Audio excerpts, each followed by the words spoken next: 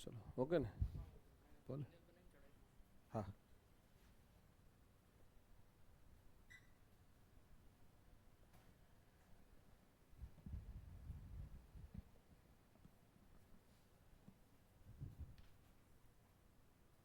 ચલો બધાને અમુકને પહેલો દિવસ હશે ને અમુક કદાચ પહેલાં મારો લેક્ચર ભર્યો એવામાં કોઈ બેઠા છે કોઈ નહીં બધા પહેલી વાર જ ભરો છો ને તેમ તો ભર્યો છે કેમ નથી કહેતો ભર્યો છે મારો લેક્ચર પહેલાં ભર્યો છે કે નથી ભર્યો એમ નહીં પહેલી વાર જ છો આજ હું ભણાવવાનું નથી આજ તો આપણે બીજી જ ચર્ચા કરવાના છીએ ઓનલાઈન તો જોયો હશે આપણે આ ઓફલાઈન ભણીએ ને આજે ચલો જો આજ ભણવા કરતા છે ને પહેલો દિવસ છે તો તમારા બધાના અમુક વિચારો જાણવા છે શું કરવું જોઈએ પરીક્ષા કેવી રીતે પાસ કરી શકાય કેટલું સરળ છે કેટલું અઘરું છે આવી બધી ચર્ચા કરીએ આપણે એટલે સમજાય તમને બરાબર ને આ બધી તૈયારી કરવા માટે તમે આવો તો કોઈ શા માટે તૈયારી કરવા આવ્યો છો હું તમને એક એકને પૂછી છે એની ઉપર આપણે ફોકસ કરીએ પરીક્ષા પાસ કરવી સ્પર્ધાત્મક પરીક્ષા પાસ કરવી હોય ને કોઈ પણ એટલે હું આ ફિલ્ડમાં સ્પર્ધાત્મક પરીક્ષાની તૈયારીઓ 2011થી કરાવું છું 2011થી હું ભણાવું છું ગાંધીનગરમાં 2013થી ભણાવું છું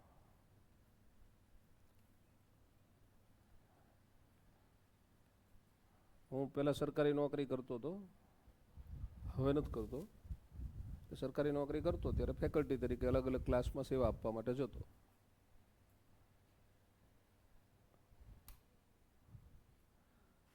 2017થી જ્ઞાન એકેડમીમાં સેવા આપું છું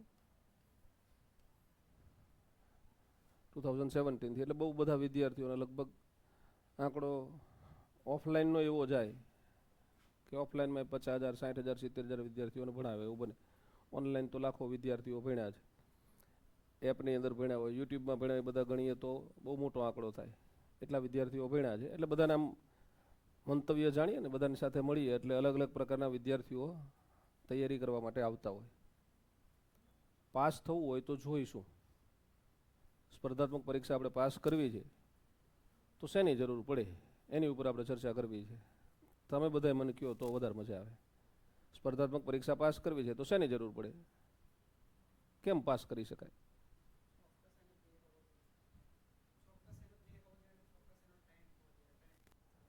હા એટલે જો એક એક શબ્દમાં બે વસ્તુ તે કીધી કેવી હોય તો ધ્યેય અને ટાઈમિંગ એટલે સમય એટલે શું પડે એમાં સમયની વ્યાખ્યા આપવી હોય તો ધ્યેય જોઈ તમારો ચલો પછી ડિસિપ્લિન જોઈ ડિસિપ્લિન ગુજરાતીમાં લખો શું લખાય અત્યારે સરસ શિસ્ત કહેવાય ડિસિપ્લિનનું એક્ઝેક્ટ ગુજરાતી શું થાય તમને સ્પર્ધાત્મક પરીક્ષામાં ટ્રાન્સલેશન એ પૂછશે હો એટલે તમને કદાચ સાહેબ એવી બધી ચિંતા ના કરવાની એમને તો ખબર તો પડી જ જાય છે ને એમ ભવિષ્યની જનરેશન એવી આવવાની છે કે એમને ગામમાં ઝાડ ઉગેલા હોય ને તો એમાંથી લગભગ 3 ઝાડના 4 ઝાડના નામ આવડતા છે બાકી બધા ઝાડના નામે ગોતી ગોતીને કહેવા પડશે પછી એમ કે ના સાહેબ ઝાડ નહીં ટ્રી કોણ તો વધારે મજા આવશે એમ આવી જનરેશન આવશે હવે ક્રમે ક્રમે આપણે એ બાજુ જઈએ છીએ તમારા પછીની જનરેશન અથવા તો એના પછીની જનરેશન ત્યાં આવું હશે જનરેશન એટલે તમને ખબર પડે છે ને જનરેશન ગેપ મતલબ કે પેરેન્ટ્સના વિચારો અને તમારા વિચારો બેની વચ્ચે જે તફાવત છે એને શું કહેવાય જનરેશન ગેપ કહેવાય અને એ કાયમ હોય અને કાયમ રહેશે એમાં ક્યારેય કોઈ ફેર પડે નહીં એ રહે જ તે એક વખત એક હોટલમાં કલેક્ટર સાહેબ જમવા ગયા સાહેબે જમી લીધું પછી બિલ આવ્યું એટલે કલેક્ટર સાહેબે બિલ ચૂકવી દીધું અને પછી કલેક્ટર છે એટલે ટીપ આપે ને એમને 50 રૂપિયા ટીપ આપી વેઇટરને એટલે વેઇટરે 50 રૂપિયા ટીપ લઈ લીધી અને પછી સાહેબની સામું જોઈ રહ્યો વેઇટર એટલે સાહેબને સામું જોઈ રહ્યો એટલે સાહેબને એવું થયું કે શું કામ જોઈ રહ્યું મારી સામે એને પૂછ્યું ભાઈ કેમ કંઈ તકલીફ છે એમ એટલે વેઇટર કહે સાહેબ આમ કોઈ તકલીફ નથી પણ તમારો દીકરો જ્યારે જમવા આવે ને ત્યારે 500 રૂપિયા ટીપ આપે છે તમે 50 રૂપિયા આપ્યા ને એટલે હું તમારી સામે જોઈ રહ્યો જે છે એ મેં જેન્યુઅનલી તમને કીધું એમ એટલે કલેક્ટર સાહેબે બહુ સરસ જવાબ આપ્યો એ કંઈ કલેક્ટરનો દીકરો છે હું ખેડૂતનો દીકરો છું, મને ખબર છે 50 રૂપિયાનું મૂલ્ય કેટલું હોય, એને નથી ખબર એમ.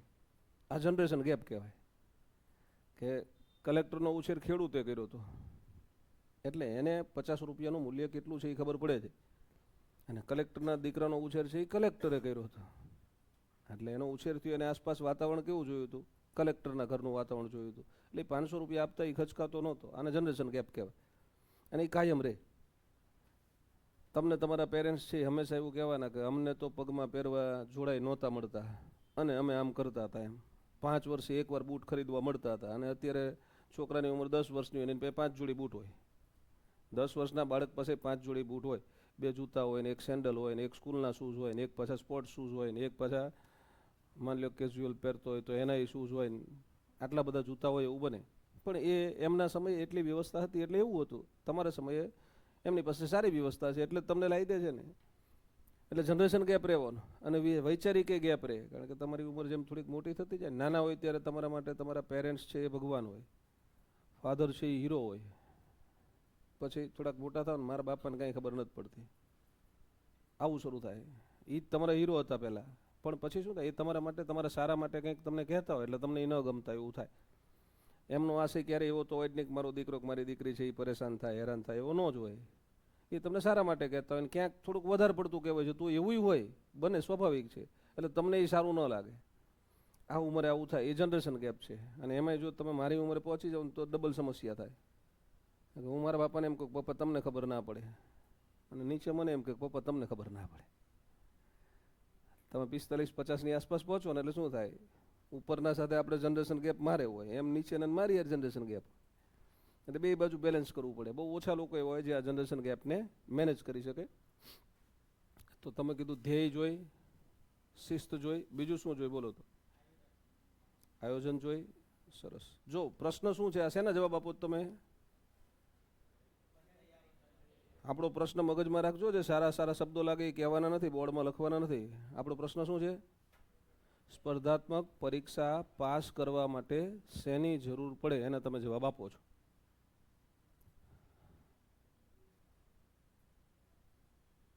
બીજા આપી શકો છો, કાંઈ વાંધો નથી.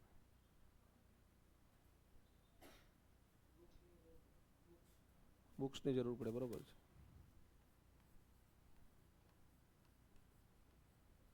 પછી સારા ફેકલ્ટીની જરૂર પડે, બરોબર છે.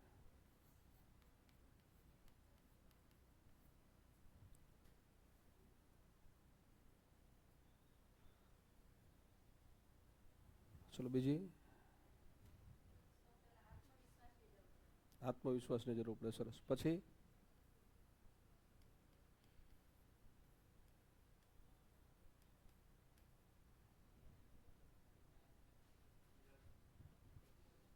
શેની? ધીરજની જરૂર પડે, બરોબર.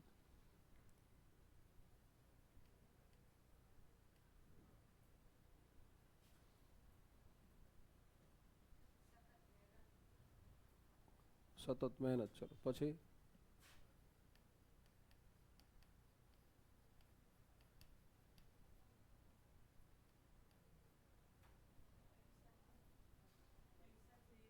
પરીક્ષા જોઈએ, બરોબર છે, પરીક્ષા આવવી જોઈએ એમ.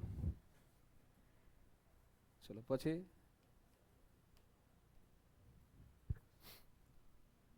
જો છે ને સ્પર્ધાત્મક પરીક્ષા પાસ કરવી એટલે જર્ની કેવી હોય સમજાવી દઉં તમને. તમે ક્લાસમાં આવ્યા છો ને એટલે ઘણી બધી વખત એવું હોય, ઘણી બધી જગ્યાએ એવી ચર્ચાઓ થતી હોય કે ક્લાસની કોઈ જરૂર નથી. વિદ્યાર્થી પાસ થાય ને પછી મીડિયા, અમુક સોશિયલ મીડિયાવાળા છે ને માઇલેજ લેવા માટે ફલાણા ભાઈએ કે ફલાણા બહેને કોઈ પણ પ્રકારના ક્લાસ કર્યા વગર પરીક્ષા પાસ કરી એવું લખે. એ ભાઈને કે બેનને પૂછો ને તો એ એવું કે મેં 6 મહિના અહીંયા ક્લાસ કર્યા હતા, પછી મેં આ સાહેબનો ઓનલાઈન ક્લાસ લીધા હતા, પછી યુટ્યુબમાં આ સાહેબના લેક્ચર જોયા હતા, તો એ ક્લાસ કર્યો જ છે. ભલે જે તે સમયે કદાચ ક્લાસ નહીં કરતા હોય, પણ પછી આવું છે કે આવે. એટલે એ શેના જેવું છે, હું તમને એવું સમજાવું. તમે રણ પ્રદેશમાં છો, હમણાં એક આપણે ખારાગોડાના રણના જ સમાચાર આવ્યા હતા, લગભગ 15 દિવસ પહેલાં મેં ક્યાંક ન્યૂઝપેપરમાં વાંચ્યું હતું. 2 એન્જિનિયરો છે એ સર્વે કરવા ગયા હતા. એક સર્વેયર હતો ને એક એન્જિનિયર હતો. રણમાં પાણીની ક્યાં ક્યાં જરૂર છે એ સર્વે કરવા ગયા હતા. રણમાં તમે ખોવાઈ જાઓ ને, સ્પર્ધાત્મક પરીક્ષા એવી જ વસ્તુ છે. રણમાં તમે ખોવાઈ જાઓ વચ્ચે પહોંચી ગયા પછી તમે આમ ફરો ને ગમે એ બાજુ જુઓ ને તો બધી બાજુ તમને રણ જ દેખાય. તમારી પાસે મોબાઈલ હોય અને ત્યાં ઇન્ટરનેટ આવતું હોય તો ગૂગલ મેપ કામ કરે, નહીંતર કામે ન કરે ને. ગૂગલ મેપે કામ નથી કરવાના. તમને એમ થાય ગૂગલમાં નાખી દે એટલે રસ્તો બતાવી દેશે, પણ ગૂગલ જ બંધ થઈ ગયું. અહીંયા કવરેજ જ નથી, ફોને ન લાગે, ગૂગલ નહીં. અહીંયાથી ફોન તમે કોઈને કરી ના શકો, કવરેજ પૂરું એટલે કામ પૂરું ને. કાં તમે દરિયામાં ફસાઈ ગયો. દરિયો એવી વસ્તુ છે, દરિયાના પાણીની અંદર તમે ઊંડે વયા ગયા પછી કિનારો તમને એકે બાજુ દેખાતો નથી, એટલે બધી બાજુ સમાન. હોકા યંત્ર હોય અને તમારા મગજમાં એવું હોય કે પૂર્વ દિશામાં કંઈક છે, તો હોકા યંત્રનો ઉપયોગ થાય તમારા મોબાઈલમાં, એ ગમે ત્યારે વાપરી શકાય અને તમે પૂર્વ દિશામાં જઈ શકો. બાકી તમે રણની અંદર ફસાઈ ગયા છો. હવે એવા સમયે જો તમને જે તે રણનો તમારી સાથે ભોમિયો હોય, ખારા ગોડાના રણના ભોમિયાને લઈને આ હું જે સમાચાર આપું છું એ સમાચારમાં ખરેખર એક વ્યક્તિનું મૃત્યુ થઈ ગયું છે. એક સર્વેયર ને એક એન્જિનિયર સર્વે કરવા માટે ગયા હતા. 15 દિવસ પહેલાંના આપણા ગુજરાતના સમાચાર છે. મોબાઈલ એમના બંધ થઈ ગયા, બેટરી પૂરી થઈ ગઈ, ફોન લગાડવાની ટ્રાય કરી. એક ભાઈને કોઈકે લોકેટ કર્યો, ડ્રોનની મદદથી મળ્યા કે આ જગ્યાએ છે, તો એને બચાવ્યો. અને બીજો તો પાણીનો અભાવે, પાણી મળે નહીં ક્યાંય, પાણીના અભાવે બીજા માણસનું મૃત્યુ થયું હતું. આવું ન્યૂઝપેપરમાં ગુજરાતમાં આવ્યું છે. તો તમે આવી રીતે આપણે ક્યાંક ફસાઈ ગયા ને એ સમયે આપણી સાથે ભોમિયો હોય. રણમાં લોકો ફરવા જાય ને, લોકો દર્શન કરવા જતા હોય છે, ખારા ગોટો બાજુનું રણ છે ને ત્યાં જાય ને તો લોકલ ભોમિયો લઈને જ ફરજિયાત જાય. બાઇક લઈને જાય, ગાડી લઈને જાય ને તોય, નહીંતર ફસાઈ જાવ ને બહાર ના નીકળો એવું થાય. એટલે સ્પર્ધાત્મક પરીક્ષા એવી જ વસ્તુ છે. એમાં તમે એકલા મુસાફરી કરવા જાઓ તો એવું નથી, બધાય બહાર નથી નીકળતા એવું નથી, નીકળી તો જાય જ છે, પણ એમાં સમય વધારે જાય.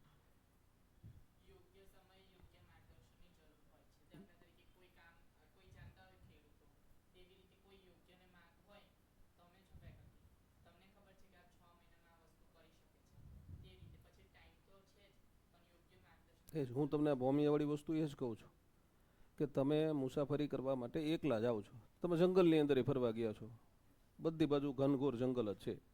તમે એકલા ફરવા જાઓ છો તો એવું, એનો મતલબ એવો નથી કે તમે જંગલમાંથી બહાર નહીં નીકળો, બિલકુલ નીકળી શકશો.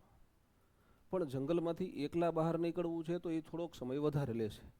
તમે ત્યાંથી બહાર નીકળવામાં કદાચ 1 દિવસ, 2 દિવસ, 3 દિવસ, 4 દિવસ લેશો.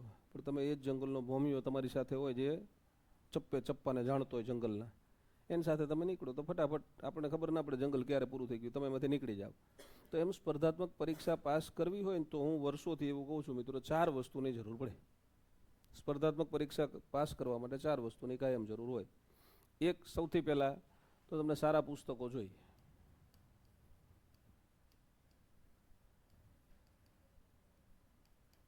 સારા પુસ્તકો એવું તમે જ્યારે લખો ને ત્યારે સારા ઉપર ટપકું કરવું પડે. એવું એટલા માટે હોય કે તમે એને એક વચનમાં લખો ને, આ સારા પુસ્તકો એટલે વધારે પુસ્તકો થયા ને. એક વચનમાં લખો તો શું લખો, એને શું કહેવાય? એક વચનમાં આ બહુવચન છે ને સારા પુસ્તકો, એક વચનમાં શું કહેવાય? સારું પુસ્તક. તો તમે જ્યારે ગુજરાતીમાં સારું પુસ્તક આવું લખો ને તો રૂ ઉપર ટપકું આવે એવી ખબર પડે છે ને તમને? શું કામ આવે સાહેબ? આવે એવું બધું પૂછવાનું નહીં, શું કામ આવે? ટપકું આવે. આ પુસ્તક છે ને એને નપુંસકલિંગ કહેવાય. પુસ્તકને આપણે ગુજરાતીમાં પ્રશ્ન પૂછવો હોય તો કેવું એવું કહીએ ને, પુસ્તક કેવું. ચોપડી હોય તો કેવી, ચોપડો હોય તો કેવો, આવું કહીએ ને. તો જો તમે આને એવું લખો ને કે સારો ચોપડો, તો અનુસ્વાર ના આવે. સારી ચોપડી લખો તોય અનુસ્વાર ના આવે, પણ પુસ્તક કહો તો આવે. નપુંસક લિંગ હોય તો અનુસ્વાર આવે. એક વચનમાં અનુસ્વાર આવ્યું હોય તો એ બહુવચનમાં આવે. એટલે સારા પુસ્તકો લખો ને તો રા ઉપર ટપકું કરવું પડે, અને સારા પુસ્તકો આવું કહેવાય. પછી જોઈ બેસ્ટ ફેકલ્ટીઝ, આ બે ભેગું થાય એટલે તમારી સફળતામાં 4 ચાંદ લાગે. સારા પુસ્તકો તમારી પાસે છે, તમે એને વાંચો છો, પણ સમજવામાં ક્યાંક તમને તકલીફ પડે છે. તમે ઇતિહાસ વાંચો છો, તમે ભૂગોળ વાંચો છો, તમે ઇંગ્લિશ વાંચો છો, મોટાભાગનું તમને સમજાઈ જાય છે. પણ ક્લાસ શા માટે કરવાના હોય? તો જે તમને ના સમજાય નહીં સમજવા માટે. હે બધુંય ભણવા માટેના ક્લાસ ના હોય. તમે જાતે તૈયારી તો કરી જ શકો, કારણ કે તમે બધાય એલિજિબલ તમને એટલે કર્યા છે કે તમારી ઉંમર બધાની 18 વર્ષથી ઉપર હોય, બધાએ ગ્રેજ્યુએશન પૂરું કરેલું હોય, એટલે તમે ફોર્મ ભરી શકો છો.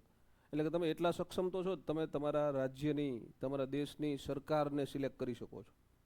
તમારી પાસે મતાધિકાર છે. તમને સરકાર હવે ડ્રાઇવિંગ લાઇસન્સ આપે છે, એ ઉંમરે તમે છો, તમને વાહન ચલાવતા આવડે છે, ટેસ્ટ પાસ કરો છો, તમને ડ્રાઇવિંગ લાઇસન્સ આપે છે, તો તમે બધા સક્ષમ છો, તમારી જાતે તૈયારી બિલકુલ કરી શકો છો.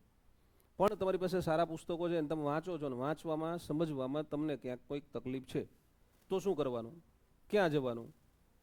તો કે જે તે સમયે તમને સારા ફેકલ્ટી મળી રહે તો તમે એને એ પૂછી શકો કે સાહેબ આ જગ્યાએ આ છે, મને સમજાતું નથી, તો એ તમને તરત સમજાવી દે. ઓલામાં શું થાય, તમારા મગજમાં પ્રશ્ન આવ્યો, સમાધાન તમે શોધો છો, તમને મળતું નથી, તમારી પાસે લખેલું જ છે જ પાછું, પણ એ કેવી રીતે છે એ સમજાતું નથી. તો સારા ફેકલ્ટીની મદદથી આ વસ્તુ તમે ક્લિયર કટ સમજી શકો. એટલે સારું મટીરિયલ જોઈ, સારા ફેકલ્ટી જોઈ.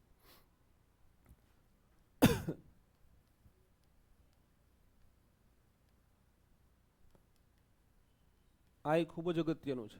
રેગ્યુલર ટેસ્ટ જોઈ. તમે વાંચ્યું, તમે ભણી લીધું, એની ટેસ્ટ ન લેવામાં આવે તો રિવિઝન ના થાય. તમે ટેસ્ટ આપશો તો રિવિઝન થશે. તમારી ટેસ્ટ એ લેવાવી જોઈએ. આ ત્રણ વસ્તુ. અને ચોથી વસ્તુ,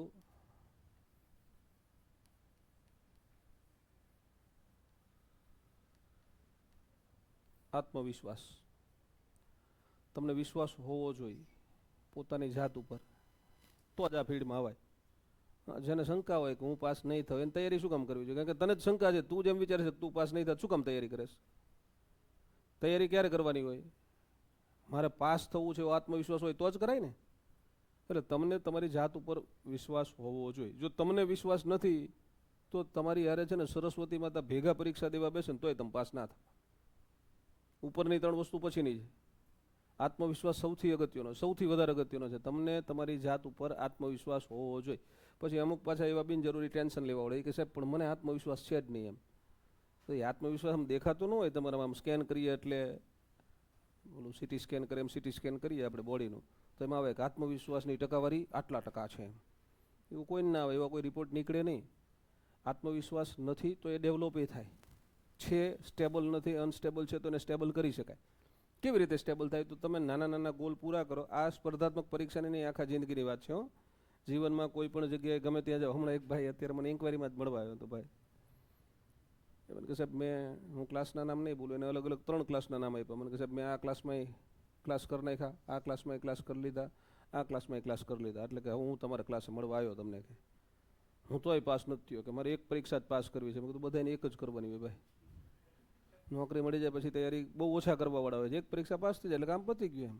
લગભગ એને મારી સાથે 10-15 મિનિટ ત્યાં ચર્ચા કરી. એટલે બધું એમાં ક્લાસનો ક્યાંય વાંક જ નથી, વાંક તારો જ છે. તે તૈયારી નહીં કરી એટલે તું પાસ નથી થયો.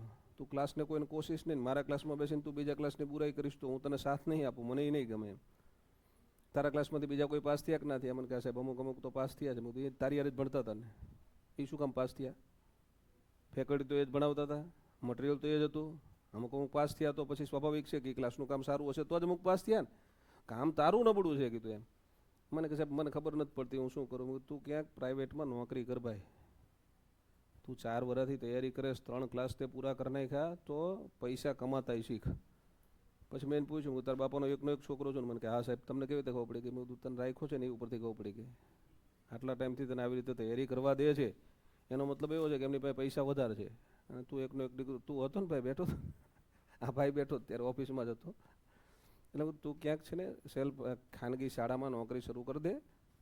નોકરીની સાથે સાથે 5 કલાક તૈયારી કરજે. તારું મગજ છે અનસ્ટેબલ થઈ ગયું છે.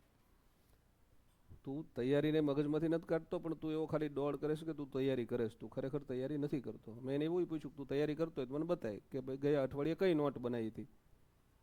મહેનત કરવી પડે ને. ખાલી હું એમ કહું કે ના હું તૈયારી કરું છું તો હું ખાલી બોલવાથી તૈયારી નથી થતી. તૈયારી વાસ્તવિકતામાં થતી હોય, ગ્રાઉન્ડ ઉપર થવી જોઈએ તૈયારી, તો રિઝલ્ટ મળે જ તે. તો તમારો આત્મવિશ્વાસ વધે કે સરસ મેં આજના દિવસમાં શું કર્યું, તો કે 1 ચેપ્ટર પૂરું કર્યું, 2 ચેપ્ટર પૂરા કર્યા, 3 ચેપ્ટર પૂરા કર્યા. સાંજે સુવો ને ત્યારે તમને કંઈક કામ કર્યાનો સંતોષ હોય, આપણી તૈયારીને લગતું કંઈક કામ કર્યું એનો સંતોષ હોય ને તો પરિણામ મળે. તો આત્મવિશ્વાસ એ ઓટોમેટિકલી વધે.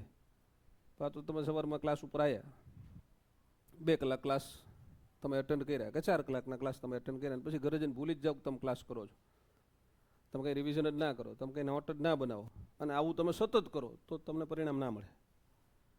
અહીંયા ભણો છો એના ઉપરાંત બીજી 4 કલાક 6 કલાક તમારે તૈયારીને ફાળવવી પડે, તો આઉટપુટ જોઈને એવું મળે, નહીંતર ન મળે. અને તો જ તમારો આત્મવિશ્વાસ વધે. આત્મવિશ્વાસ મેઝર કરવાના કોઈ મેઝરમેન્ટ છે નહીં. ઓટોમેટિકલી વધે.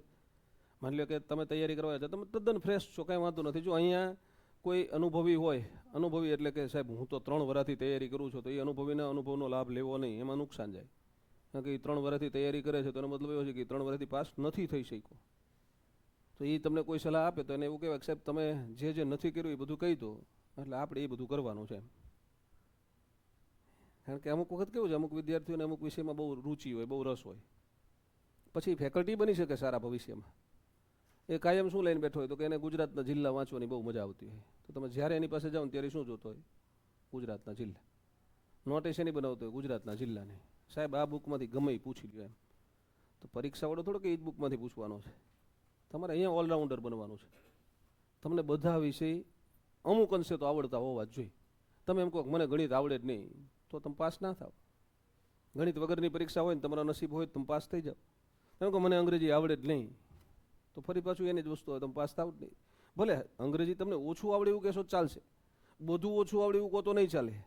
10 વિષય છે એમાંથી 1-2 વિષય એવા હોય જે તમને ઓછા આવડે છે, એ તમારે શીખવા તો પડશે જ. 50%, 60%, 70% તમને આવડતા હોય ને બીજા બધા જે 80-90%, 100% આવડતા હોય તો તમે પાસ થઈ શકો છો. એટલે ઓલરાઉન્ડર બનવાનું છે.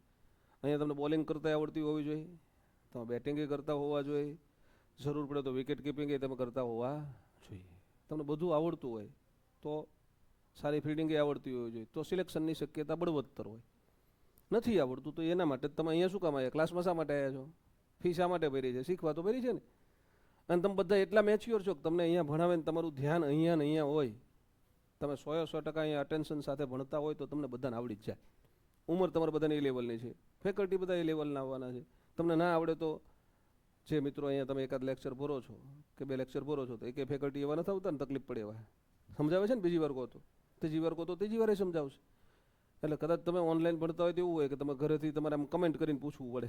તમે કમેન્ટ કદાચ ન કરો એવું થાય, અથવા તમે કમેન્ટ કરો ત્યારે ફેકલ્ટી આમ પાછળ વળીને લખતા હોય ને તમારી કમેન્ટ કદાચ અમારા ધ્યાનમાં ના આવે એવું થાય. પણ અહીંયા તો તમે સામે બેઠા છો, રૂબરૂ જ છો, આમ હાથ ઊંચો કરો એટલે તરત દેખાય છે. મારે કંઈક પ્રશ્ન છે તમને સમજાવશે છે તો તમારા પ્રશ્ન રહેવા નહીં દે. એટલે તમારે બધું શીખવાનું છે. અને તમે બધું શીખશો ને ખરેખર મહેનત કરશો ને તો હું તમે કહો ને એ જગ્યાએ તમને લખી દઉં. ખરેખર મહેનત કરો છો, દિલથી મહેનત કરો છો, પોસિબલ હોય તો અહીંયા ને અહીંયા જ બેસીને વાંચો છો. મોબાઈલ ફોન સ્વિચ ઓફ રાખીને અહીંયા બેસીને વાંચશો.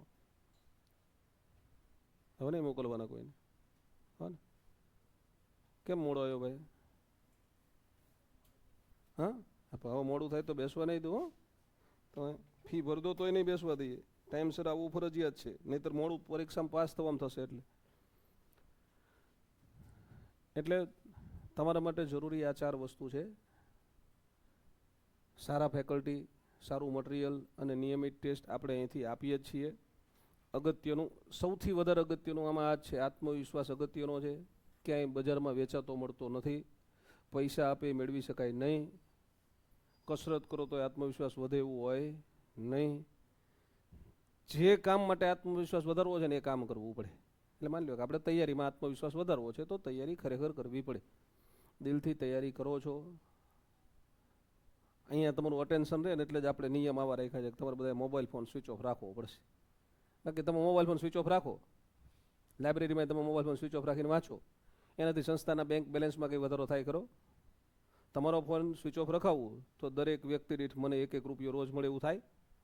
તમારો ફોન હું વાપરવા નથી દેતો મને એટલા રૂપિયા વધારાના મળે. મને ચારાની વધારે નથી મળવાની. ઉલટાનો ક્યાંક ક્યાંક અમુક વિદ્યાર્થીઓ સાથે સંસ્થાના સંચાલકને અમારે બધો સ્ટાફ છે ને ક્યારેક ક્લેશ થાય.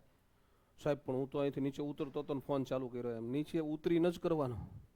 સીડી ઉતરી જાવ ને પછી જ ફોન ચાલુ કરવાનો. આપણે સીડીમાં ફોન ચાલુ નહીં કરવાનો, ફોન સ્વિચ ઓફ જ રાખવાનો. સ્વિચ ઓફ રાખવાથી બહુ વિશેષ લાભ થાય છે, આવું હું વ્યક્તિગત રીતે જાણું છું. આપણી સંસ્થા અને બીજી સંસ્થા અલગ આવી રીતે જ પડે છે. મને ઘણા ફેકલ્ટી મિત્રો, ઘણા પેરેન્ટ્સ એ સજેશન કરે, અને તમારી તો ડિમાન્ડ હોય જ, ઘણા બધા વિદ્યાર્થી સાહેબ સાયલેન્ટ તો રાખવા દો એમ. અમે લાઇબ્રેરીમાં બેઠા, અમુક તો પેરેન્ટ્સ સાથે આવે, સાહેબ એને પણ વિડીયો જોવો હોય તો પેઇડ લાઇબ્રેરી બંધાવો. ભાઈ આપણી લાઇબ્રેરીમાં ફરજિયાત ફોન સ્વિચ ઓફ રાખવો જ પડશે. એમાં કોઈ છૂટછાટ છે જ નહીં, અને એ કોઈ દિવસ નહીં કરું હું છૂટછાટ. એની પાછળનું રીઝન છે કે એનાથી જ આપણી સંસ્થા છે એ બીજી સંસ્થા કરતાં વધારે પરિણામ આપી શકે છે. કારણ કે એક તો સિન્સિયર હોય જ ભણવા બેસે, અહીંયા નહીતર ના બેસે. અમુકનો હેબિટ જ એવી હોય કે ફોન બાજુ ના હોય તો એને આમ કોળીઓ ગળે ઉતરતો જ ના હોય, વાંચવાનું ગમતું જ ના હોય એટલે ફોન બાજુમાં રાખે ને પાછું આમ કલાક થાય ને એટલે એમાંથી બ્લિંક ન થાય ને આમ ટેપ કરે, કેમ કોઈનો મેસેજ ના આવ્યો, એટલે એનો જીવ ત્યાં જ રહેતો હોય, તો રિઝલ્ટ ન જ મળે ને. સ્વાભાવિક છે કે તમારું મગજ છે એ ડાયવર્ટ થાય જ. ભણવા બેઠો હોય, ઘણી સંસ્થાની અંદર એવું હોય, ભણવા બેઠો હોય તો ક્લાસરૂમમાં રિંગ વાગે, સાયલેન્ટ હોય તો વાઇબ્રેટ થાય તો બાજુવાળા 3 વિદ્યાર્થી ડિસ્ટર્બ થવાના, ફેકલ્ટી ડિસ્ટર્બ થવાનો. મને પહેલી બેન્ચવાળા વિદ્યાર્થીનો ફોન વાઇબ્રેટ થાય છે, રિંગ નથી વાગતી, વાઇબ્રેટ થાય છે, સાયલેન્ટ રાખ્યો છે, વાઇબ્રેટ થાય છે, તો મારું ધ્યાન તો જવાનું ને ત્યાં. મારું ધ્યાન ત્યાં ગયું એનો મતલબ એવો તમારા બધાને ધ્યાન ત્યાં જાય, ડાયવર્ઝન આવે. આ ડાયવર્ઝનથી બચવાની વાત છે, 100% ડાયવર્ઝનથી બચી શકાય અને સારું પરિણામ મળે એની સાબિતી આપણે થોડાક સમયમાં આપશું. એક આપણે આવી બેચ છે એ મેં આવું નામ એ બેચનું રાખ્યું હતું આપણે. એમાં અત્યારે લગભગ 32 સ્ટુડન્ટ છે. હવે તો એમાંથી ઘણા બધા ઘરે વયા ગયા, ત્યાં અત્યારે 20 જ રહે છે. એક બેચ બનાવી હતી આપણે પોલીસની, એમાં 51 વિદ્યાર્થીઓએ એડમિશન લીધું હતું. બેચ એ પ્રકારની રાખી હતી મેં કે એમાં મોબાઈલ ફોન લાવવાની છૂટી જ નહીં. એ બેચમાં એડમિશન લેવું હોય તો મોબાઈલ ફોન ઘરે પેરેન્ટ્સને આપીને જ વિદ્યાર્થીને આવવાનું, એટલે ફોન ઘરે જ રાખવાનો, ત્યાં ફોન લાવવાનો જ નથી, ફોન વગર આવવાનું, બુક્સ લઈને આવવાનું અને આનંદ કરવાનો, રિલેક્સ રહેવાનું, આખો દિવસ કોઈ ચિંતા જ નહીં. ફોન હોય તો ચિંતા ને. અહીંયા આપણી સંસ્થાના 5 રિલાયન્સના ડબલા રાખતા હતા આપણે. ફોન કરવો હોય તો રોજ કરવાનું, તમ તારે આમાંથી ફોન કરી લેવાનો, પછી ફોન જમા કરાવી દો. ફોન કરવાની બધાને છૂટી, બપોરે જમવાના ટાઈમે ને સાંજે જમવાના ટાઈમે તમારે ફોન કરવો હોય તો ફોન લઈ લેવાનો. ત્યાં લગભગ 50-52 વિદ્યાર્થીઓ એડમિશન લીધું ને અમુકને ફોન વગર ફાવ્યું નહીં તો અઠવાડિયા 10 દિવસે 15 દિવસે એમાંથી 2-4 જણા 5 જણા પાછા ગયા, એટલે 45ની આસપાસ સ્ટુડન્ટ ત્યાં રોકાણા. એમાંથી રનિંગમાં 32 જણા પાસ થયા, 13 જણા નાપાસ થયા. એ સ્પેશિયલ પીએસઆઈ કોન્સ્ટેબલની બેચ હતી, એટલે એ 32 જણાએ સિરિયસ તૈયારી કરી. એમાંથી પીએસઆઈની પરીક્ષા 15 મિત્રોને આપવાની હતી, આપી આવ્યા. એમાંથી લગભગ ઓછામાં ઓછા 3 ને વધારેમાં વધારે 5 જણા પીએસઆઈ બનશે 15માંથી. બાકી રહી એ બધા કોન્સ્ટેબલ બનશે. એ કે નોકરી બાકી નહીં રહે. આ 32 છે, એ 32માંથી જે દિવસે રિઝલ્ટ આવશે તે દિવસે હું નામ શીખે, કેટલા માર્ક્સ છે અને જરૂર પડશે તે બધા અહીંયા આવશે. કારણ કે એમને ખબર છે કે 6 મહિના, અત્યારે હું ફોન વાપરવા દઉં છું એમને, 21 જણા છે, એપ્લિકેશન ચાલુ કરી દીધી છે. કારણ કે હવે તેમને ખબર જ છે કે 15 જૂને પરીક્ષા છે મારી, તો જે વિષય નબળો એ ભલે બેઠા બેઠા મોબાઈલમાં જોવે. 6 મહિના પહેલાં નહોતા વાપરવા દીધો મેં. રનિંગ પૂરું થયું, બધા રનિંગ પૂરું કરીને પાછા આવ્યા એટલે બધાને આપી દીધું. એક સંસ્થામાં આપણે આ બેચ કરેલી, ત્યાં જ ભણવાનું, ત્યાં જ રહેવાનું, ત્યાં જ ભણવાનું, અહીં આવવાનું જ નહીં. એવી રીતે બેચ કરી હતી. મોબાઈલ ફોનનો ઉપયોગ નહોતો કર્યો, એટલે એ બધા છોકરા નબળા હતા એ અત્યારે સ્ટ્રોંગ થઈ ગયા છે. કારણ કે આખો દિવસ કરવાનું શું, માત્ર ભણવાનું. ભણો નહીં તો વાતો કરવાની, રિલેક્સ થવા માટે વોકિંગ કરવા જવાનું, થાકી ગયા તો સૂઈ જવાનું. પણ મગજ છે એ મોબાઈલ નામના દૂષણથી 100% દૂર રહે. અહીંયા હું તમને ટાઈમ પર રહી, જ્યાં સુધી તમે સંસ્થામાં છો ત્યાં સુધી એ દૂષણથી તમને દૂર રાખું છું ને એટલે આપણી સંસ્થાનું રિઝલ્ટ છે બીજી સંસ્થા કરતાં કમ્પેરેટિવલી 5% 10% વધારે છે. બીજી જગ્યાએ 100માંથી 15 વિદ્યાર્થી પાસ થતા હોય, 20 વિદ્યાર્થી પાસ થતા હોય, તો આપણે ત્યાંથી 30 પાસ થાય, 35 પાસ થાય. રિઝલ્ટ એટલે મળે છે. ઓછા આવે આપણા ત્યાં એવું બને, કારણ કે આવું રિલેક્સેશન રાખો તો વધારે વિદ્યાર્થીઓ એડમિશન લે, પણ આપણે એવું રિલેક્સેશન રાખવું નથી. જે આવે એ સિરિયસ પ્રિપરેશન કરે અને રિઝલ્ટ મળે. એટલે સ્પર્ધાત્મક પરીક્ષા પાસ કરવા માટે આ 4 વસ્તુની જરૂર હોય. સારા પુસ્તકો, તો અહીંયા એવું કહેવાનો કોઈ મતલબ નથી કે અમારા જ્ઞાન એકેડમીના પુસ્તકો સારા છે. બધાય પુસ્તકો સારા જ હોય. તમે કોઈ પણ એક ગુજરાતી વ્યાકરણનું પુસ્તક લઈ લો છો, પુસ્તક સારું જ હોય, આપણે સારા બનવાની તૈયારી હોવી છે. તમારી પાસે જે પુસ્તક છે એ તમારા આરાધ્ય હોવા જોઈએ. તમે સ્ટ્રિક્ટલી એ જ વાંચતા હોવા જોઈએ, મગજમાં રાખવાનું. નહીંતર કેવું છે, આ બજાર, સ્પર્ધાત્મક પરીક્ષાનું બજાર, તમે બુક સ્ટોલ ઉપર જઈને તમારે ગુજરાતી વ્યાકરણનું બુક જોઈ છે તો તમને ગુજરાતી વ્યાકરણની લગભગ ત્યાં 20 વેરાયટી જોવા મળશે. તો 20માંથી સામાન્ય રીતે એકેય ખરાબ નથી. ક્યાંક અમુક બુક એવી જેમાં અત્યંત ભૂલો હોય તો એને ખરાબ કહી શકાય, બાકી એકેય ખરાબ નથી. બધા પુસ્તકો સારા છે, પણ તમારી પાસે એક જ પુસ્તક હોવું છે અને એ એક જ વારંવાર વાંચવાનું. એટલે જીપીએસસી યુપીએસસી પાસ થયેલા કેન્ડિડેટના ઇન્ટરવ્યૂ આવતા હોય ને, એ તમારી નજરમાં આવતા હોય ને તમે જોતા હોય તો જોજો. એમાં એ એવું કહેશે કે 10 અલગ અલગ પુસ્તક વાંચવા કરતાં એક પુસ્તક 10 વખત વાંચવું વધારે હિતાવહ છે, એનાથી વધારે લાભ થાય. એટલે સારા પુસ્તકો એટલે કયા?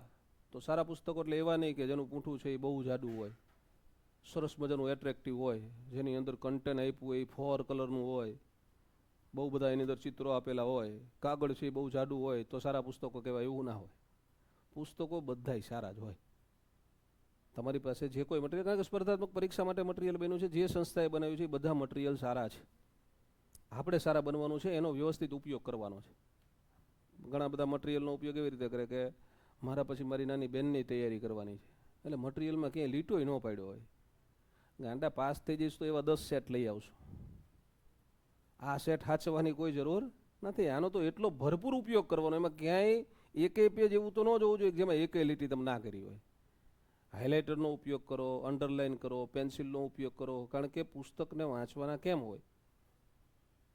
આપણે તો શું એકવાર વાંચી લઈએ, 2 વાર વાંચી લઈએ, 3 વાર વાંચી લઈએ એટલે તો આપણે ગુજરાતીઓ ફોર્મમાં આવી જાય. કે હવે સાહેબ આ ગુજરાત પરિચય આખું તૈયાર, એમાં કાંઈ બાકી ના હોય, ગમે ત્યાંથી પૂછી લો, ગમે એ પૂછી લો, એમ એવું ના ચાલે.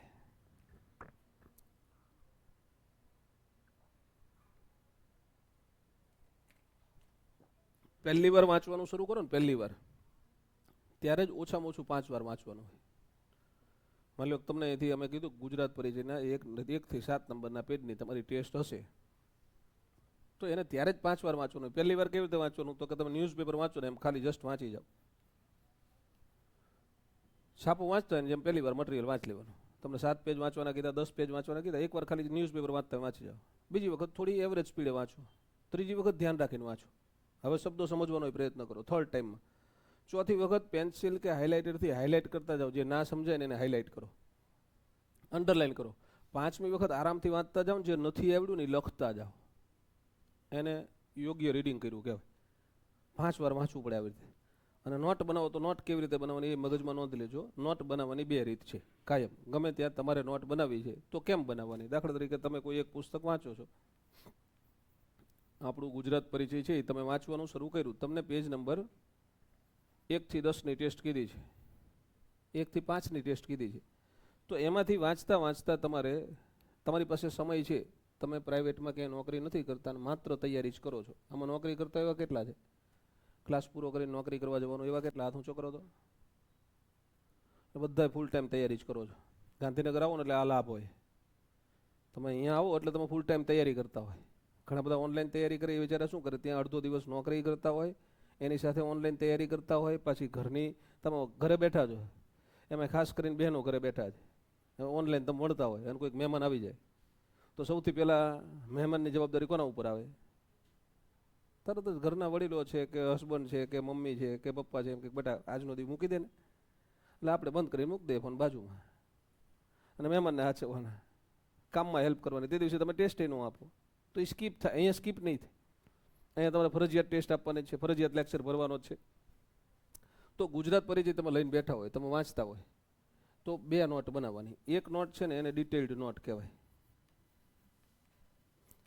તમે ફૂલ ટાઈમ તૈયારી કરો છો તો બધાએ બુકની અંદર લખ્યું છે એ બધું જ ફેકલ્ટી અહીંયા પીપીટીમાં લખીને તમને આપે છે. પીડીએફ તમને રોજ મળી જ જાય છે ને, આપણે અહીંયા એવી વ્યવસ્થા છે કે તમે ભણી લો એટલે પીડીએફ તમને મળી જાય છે. તો એમાં લખ્યું છે એ બધું જ. એ ચેપ્ટર બુકની અંદર હોય તો એ બંને લઈને બેસવું પડે. બંનેમાંથી બધું જ આપણે સરસ મજાની નોટમાં ઉતારો, એને ડિટેલ નોટ કહેવાય. એટલે 5 વાર વાંચ્યા પછી આ 6ઠ્ઠી વગરનું સરસ મજાનું રીડિંગ થાય તમારું. તમે બધું જ લખ્યું, તમે સમજતા ગયા, ડેપ્થમાં સમજતા ગયા. હવે ત્યાં વાંચતા વાંચતા લખતા લખતા તમને એવું થાય અમુક વસ્તુ તમને અઘરી લાગશે, તો એ અઘરી લાગે ને એ તમારા માટે આઈએમપી નોટ કહેવાય. એ અઘરું લાગે ને એ હાઇલાઇટરથી હાઇલાઇટ કરો, પેન્સિલથી અંડરલાઇન કરો ને એને એક નોટમાં ફરીથી લખો. આમાં લખી લીધા પછી આમાં આખું જ લખી લીધું તમે. ગુજરાત પરિચયના પેજ નંબર 1 થી 10 ને તમે અહીંયા લખી દીધા. ચલો આમાં લખાઈ ગયા. લખી ગયા પછી એમાંથી તમને અઘરું લાગ્યું અથવા તો પુસ્તકમાંથી તમને અઘરું લાગ્યું, એને નીચે તમે અંડરલાઇન કે હાઇલાઇટ કર્યું છે, એ વસ્તુ ફરીથી પછી આમાં ઉતારો. કે જ્યારે મારી પાસે ઓછો સમય હોય અને મારે ગુજરાત પરિચયના પેજ નંબર 1 થી 10 વાંચવા છે, પણ 10 પેજ વાંચવાનો સમય નથી, 1 જ પેજ વાંચવાનો સમય છે, તો અહીંયા એ વસ્તુ તમે 1 પેજમાં લખી છે, નહીં આવડે એટલી ખાલી. આ રહીને જ્યારે તમારી એક્ઝામ આવશે ને ત્યારે તમારા માટે ખૂબ જ અગત્યની નોટ હશે. એટલે પુસ્તકો સારા, પુસ્તકોમાંથી તમારે નોટ બનાવવાની ને એમાંથી એક પછી આઈએમપી નોટ બનાવવાની. આટલી પ્રોસિજર કરવી પડશે, સિરિયસલી કરવી પડશે. કોઈની બેઠી નોટ, કોઈએ મેં નોટ બનાવી, દાખલી કે હું જ્યારે છેલ્લી મેં સરકારી નોકરી કરીને એ ટ્રાન્સલેટરની નોકરી હતી, એમાં મેં જીપીએસસીની પરીક્ષા આપી હતી. એમાં ગુજરાતમાં 1લા નંબરે પાસ થયો હતો. આખા ગુજરાતમાંથી 6 જ જગ્યા હતી. ટોટલ વેકેન્સી કેટલી? 6. બધા એમએ ઇંગ્લિશ હોય જ ફોર્મ ભરી શકે. અને મને સિલેબસ શું છે એ ખબર નહોતી હો. અને હું સરકારી નોકરી કરતો હતો એટલે ઓલરેડી મારી પાસે હાયર સેકન્ડરી શિક્ષકની સરકારી નોકરી ચાલુ હતી, એટલે બેનો પગાર એક સરખો હતો. એટલે મેં આને સિરિયસલી નહોતું લીધું. ફોર્મ ભરવા ખાતર ફોર્મ ભર્યું. પરીક્ષા આપી દીધી, રિઝલ્ટ આવ્યું, હું ગુજરાતમાં પહેલા નંબરે પાસ થયો હતો. હવે એ જે તે સમયે મેં તો નોટ બનાવી નથી, પણ માની લ્યો કે મેં નોટ બનાવી હોય અને કોઈ એમ કે સાહેબ મારે ટ્રાન્સલેટરની પરીક્ષા આપવાની છે, એ નોટ મને આપી દો એટલે મારું કામ થઈ ગયું, તો મારી નોટ એને કામમાં ના આવે. એનું ફિટિંગ અલગ હોય, મારું ફિટિંગ અલગ હોય, એ મને જ કામમાં આવે. આવું જીપીએસસી ક્લાસ 1-2ની પરીક્ષા પછી મેં એક જીપીએસસી ક્લાસ 1-2 આપી હતી. એમાં હું પ્રિલિમ પાસ થયો હતો, મેઇન્સ પણ પાસ થયો હતો, પણ ઇન્ટરવ્યૂ પછી હું સિલેક્ટ નહોતો થયો. 2014માં જે પરીક્ષા એ પછી ઓવરેજ થઈ ગયો, એટલે પછી કોઈ દિવસ કોઈ પરીક્ષા આપવાની થઈ નથી. એના પહેલાં શિક્ષક બનવા માટેની અલગ અલગ પરીક્ષા આપી હતી, એમાં ગુજરાતમાં બહુ સારા રેન્કે પાસ થયો હતો. નોકરી 3 કરી, પણ રાજીનામા આપીને હવે નોકરીવાળા બધા જલ્દી બધા નોકરીએ લાગે એનું કામ કરીએ છીએ અમે નોકરી મૂકીને. તો તમારી આ નોટ આવી બનાવી છે ને, ત્યારે મેં જીપીએસસી વખતે નોટ બનાવી હતી, બંધારણની લગભગ 40-45 પેજની એક નોટ બનાવી હતી. ચેતન સર આવ્યા, ચેતન સર મારા સગા નાના ભાઈ છે, એને અહીં જોઈ નોટ મારી અને કે મસ્ત નોટ બનાવી છે, હું ઝેરોક્સ કઢાવી લઉં મને કે.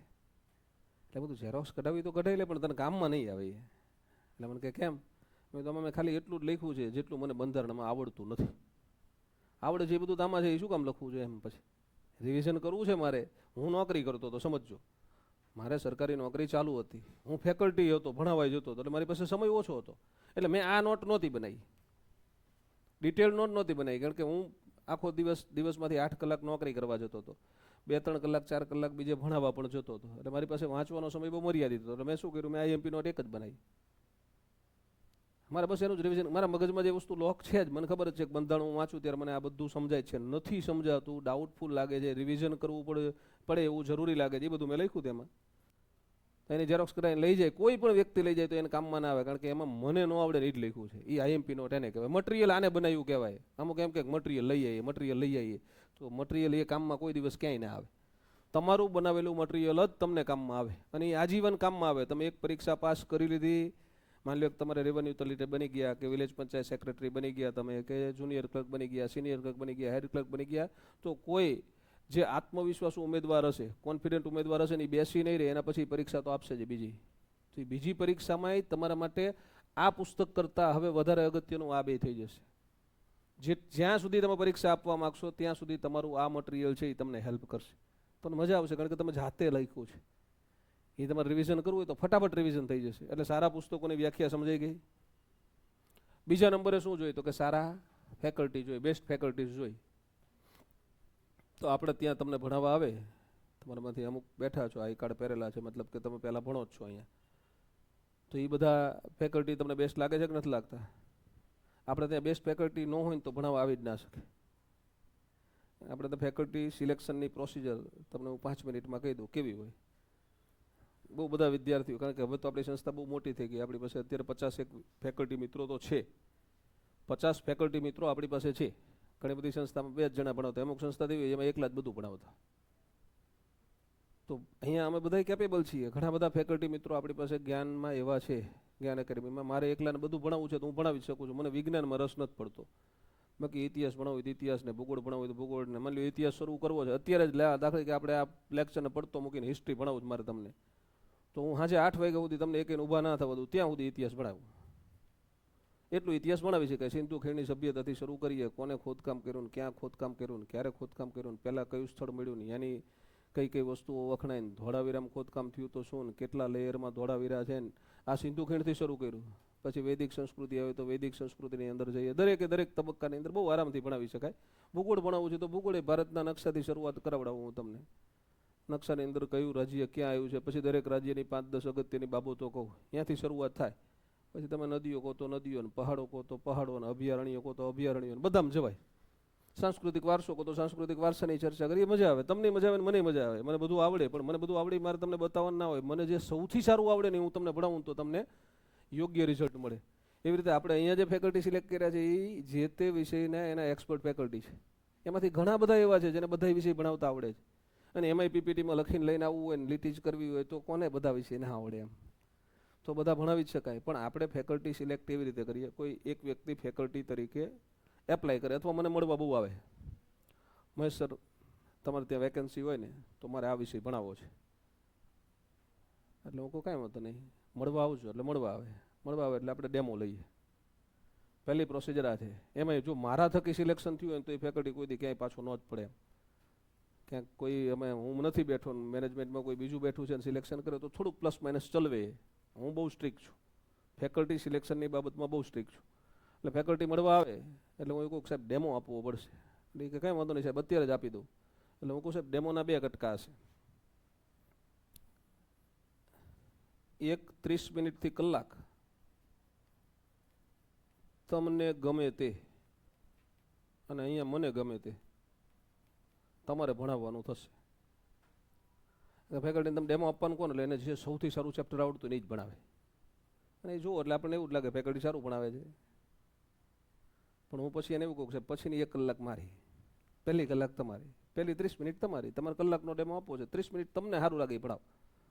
પાછળની 30 મિનિટમાં ટોપિક હું કહીશ અને એ તમે સ્ટુડિયોમાં જાઓ ને પછી કહીશ. ડેમો ક્લાસમાં નથી આપતા આપણે, પહેલાં સ્ટુડિયોમાં રેકોર્ડ જ કરવાનો લેક્ચર, યુટ્યુબમાં નહીં બતાવવાનો.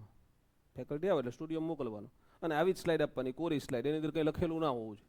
સાથે ચોપડો લઈ જવાની મનાઈ છે, પુસ્તક લઈ જવાની મનાઈ છે. સ્ટુડિયોમાં ચોપડો બાજુમાં નહીં રાખવાનો. કોઈ રાખ્યો હોય તો હું ડેમો જોઉં એટલે ખબર પડી જાય કે આ બાજુમાં જઈને જોવે છે એટલે કોઈ હવે આવતો નહીં ભાઈ, પાછો ના આવતો, મળવા હવે નહીં આવવાનો એમ. અને પછી આ કહીએ ને એટલે ઘણા બધા એવા હોય ક્લાસ સ્ટુડિયોમાં જાય, ડેમો આપે, આટલું ભણાવે ને પછી વયા જાય. આ એને આવડતું ના હોય. એમ કે સાંસ્કૃતિક વારસો ભણાવીશ એટલે હું એમ કહું કે એવું કામ કરજો સાહેબ, તમે છે ને ગુજરાતના તહેવારો ભણાવજો, તમે ભારતનું સ્થાપત્ય ભણાવજો. મુદ્દો હું કહું, મને ક્યારેક એવું લાગે કે આપણે જીપીએસસી માટે સિલેક્ટ કરવાનો તો આ અંદરના મુદ્દામાં જોઉં, પછી આ મુદ્દા ના કહું, હું ડેપ્થમાં કહું કે દક્ષિણ ભારતની મંદિરોની શૈલી ભણાવવાની છે. હવે એને મુદ્દો જ ખબર ના હોય આવો તો ભણાઈ ક્યાં એકવાનો અડધી કલાક સુધી એમાં, એટલે એ પછી ના પાડીને વયા જાય. અંગ્રેજી માટે આવે તો હું ચોખ્ખું એક જ વસ્તુ કહું સાહેબ કોઝલ વર્ક ભણાવવું પડશે અને એ કોરી સ્લાઇડમાં જાતે વાક્ય લખીને.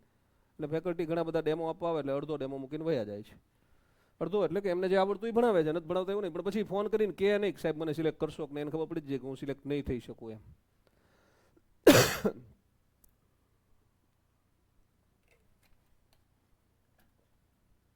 પછી માની લો ફેકલ્ટીએ સારું ભણાવ્યું, અમે કીધું એ પણ ભણાવી દીધું સ્ટુડિયોમાં, તો પછી એમને ક્લાસરૂમમાં લાવીએ અમે.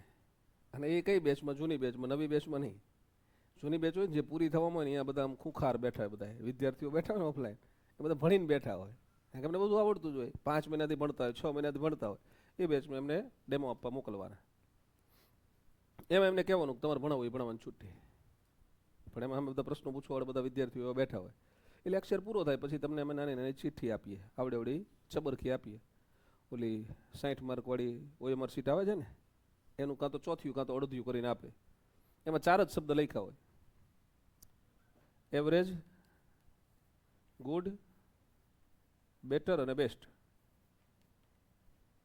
આવું કાં તો લખીને આપ્યું હોય પ્રિન્ટ કાઢીને, કાં તો તમને એવું કહેવામાં આવે સૂચના કે આ 4માંથી 1 શબ્દ લખવાનો, બીજું કંઈ નથી લખવાનું. તમને પરફોર્મન્સ કેવું લાગ્યું છે 4 શબ્દમાંથી 1 શબ્દમાં, એટલે આમ અમે પર્સન્ટેજ આપી શકીએ અને સિલેક્શનની શક્યતા કેટલી છે. આમાં આ કોઈનામ ના આવવું જોઈએ. આ કદાચ એક જ જણમાં આવે તો ચાલે, 100 જણનો ક્લાસ હોય તો 1 જણ 2 જણ 3 જણા લખે સિંગલ ડિજિટ સુધી, ત્યાં સુધી વાંધો નથી. આ 70% આવવું જોઈએ, એટલીસ્ટ 70%, અને રિમેનિંગ 20% જેવું છે એ બેટર આવવું જોઈએ. તો ફેકલ્ટીને ભણાવવા માટે સિલેક્ટ કરવાના, નહીંતર ઓફલાઈન ના પાડવાની. એને એવું કહેવાનું કે તમને યુટ્યુબમાં પહેલાં સેશન આપશો, યુટ્યુબમાં અમને સંતોષ લાગે તો તમને પહેલાં ઓનલાઈન બેચમાં લાવશો, ઓફલાઈન બેચમાં તમે સિલેક્ટ થાવ એવા અત્યારે નથી, તો આપણે અહીંયા ન લાવીએ. એટલે તમને ફેકલ્ટી નબળા મળે એવી અહીંયા કોઈ શક્યતા જ નથી. એટલે ફેકલ્ટી તમને સારા મળે. ગણિત ભણાવવા આવે તો ગણિતના બેસ્ટમાં બેસ્ટ ફેકલ્ટી એ જ આવે. ભૂગોળ ભણાવવા આવે તો ભૂગોળના બેસ્ટમાં બેસ્ટ ફેકલ્ટી આપણી પાસે. ભૂગોળના 4 ફેકલ્ટી હોય, ગણિતના 5 ફેકલ્ટી હોય, ગણિત રિઝનિંગના. ઇંગ્લિશમાં 4-5 જણા છીએ. ઇંગ્લિશમાં તો હું બીજા કોઈ નહીં આવતું, ઓફલાઈન તો કાયમ હું જ ભણાવું છું, બધી બેચમાં હું જ ભણાવું. એટલે બેસ્ટ ફેકલ્ટી તમને મળે છે. ટેસ્ટ ન હોય એવો લગભગ એકેય દિવસ આપણે અહીંયા નહીં હોય, સિવાય કે ક્યારેક કોઈક ફેકલ્ટી મારો લેક્ચર હશે ને તો મારો લેક્ચર કોઈ દિવસ સમયે પૂરો નહીં થાય. 2 કલાકનો ટાઈમ હોય તો એ 2 કલાક તો રોજ પૂરી થશે જ. ઉપર કેટલી મિનિટ થઈ મને ખબર નહીં હોય, તમને લગભગ નહીં ખબર પડે. પછી તમે આમ કોઈક આમ ચક્કડ વકડ થશો ને ત્યારે હું આમ ઘડિયાળ પહેરી હોય તો ઘડિયાળમાં ત્યાં સુધી નથી જોતો હતો, ત્યારે ઘડિયાળમાં જોઉં કે હવે ટાઈમ થવા આવ્યો હશે એટલે આ 2-4 જણા છે એ આગું પાછું જોવે છે. એ ક્યારેક 2 કલાક પૂરી થઈ હોય તરત પૂરું થાય, ક્યારેક 2.5 કલાકે થાય, ક્યારેક મેં 3.5 કલાક લેક્ચર લીધેલા છે. 3.5 કલાક સુધી ક્લાસમાંથી કોઈ વિદ્યાર્થી ઊભો થઈને જાય નહીં, 3.5 કલાક સુધી બિંદાસ ભણતા હોય. પાછળ બીજો લેક્ચર ન હોય, મારો લેક્ચર હોય એટલે હું કહી દઉં ટેસ્ટ લેવા માટે ભાઈ કોઈ ડિસ્ટર્બ કરવા ના આવતા, લેક્ચર પૂરો થાય એટલે લેવાની છે. મને હું ત્યાં સુધી જ ભણાવીશ જ્યાં સુધી તમને મજા આવે. તમારી લિંક કનેક્ટેડ છે, તમને મજા આવે છે, હું સમજાવું છું, તમારામાંથી એકેય આગા પાછા જોતા નથી, મતલબ કે બધાય સિરિયસલી ભણો છો તો ભણાવવાની કોઈ તકલીફ નથી, એમ ભણાવી શકાય છે, ત્યાં સુધી ભણાવતા હોય. પછી ટેસ્ટ તો કે એકેય દિવસ ક્યારેક આવું થયું, માની લો મેં તમને કીધું મેં જાજુ ખેંચી લીધું અને તમને બધાને પછી ભૂખ લાગી ગઈ હોય ને તમે કહો સાહેબ આજનો દિવસ જવા દો ને, એ હું અહીંથી વયો ગયો હોય તો હું અહીંયા ઊભો હોય તો ટેસ્ટ બધા આપવી જ પડશે એમ. સાહેબ પીજીમાં જમવાનું નહીં મળે, પછી આવી ફરિયાદો કરે સ્ટુડન્ટ અહીંથી, સાહેબ પછી હોસ્ટેલમાં જમવાનું પૂરું થઈ ગયું છે તો કાંઈ નહીં, એક દિવસ નહીં ખાવું ને કદાચ ઉપવાસ કરી લેશો, સાવ ખાતા નથી તો શરીર સારું રહેશે, કારણ કે તમે એ અડધી કલાક તમારી ભણવામાં આપી ને તો તંદુરસ્ત થશો. અને કદાચ બહુ ભૂખ લાગી છે તો બહાર નાસ્તો મળે જ છે ને, એમાં હોસ્ટેલ ના હોય તો કાંઈ નહીં, પૌવા ખાઈ લેવાના, બહાર ચા ને બિસ્કિટ ખાઈ લેવાના, પેટ ભરવાની વાત જ છે ને. એટલે એવી ફરિયાદો કરતા નહીં, આવી રીતે ફોકસ કરજો, ટેસ્ટ આપીને જ જવાની.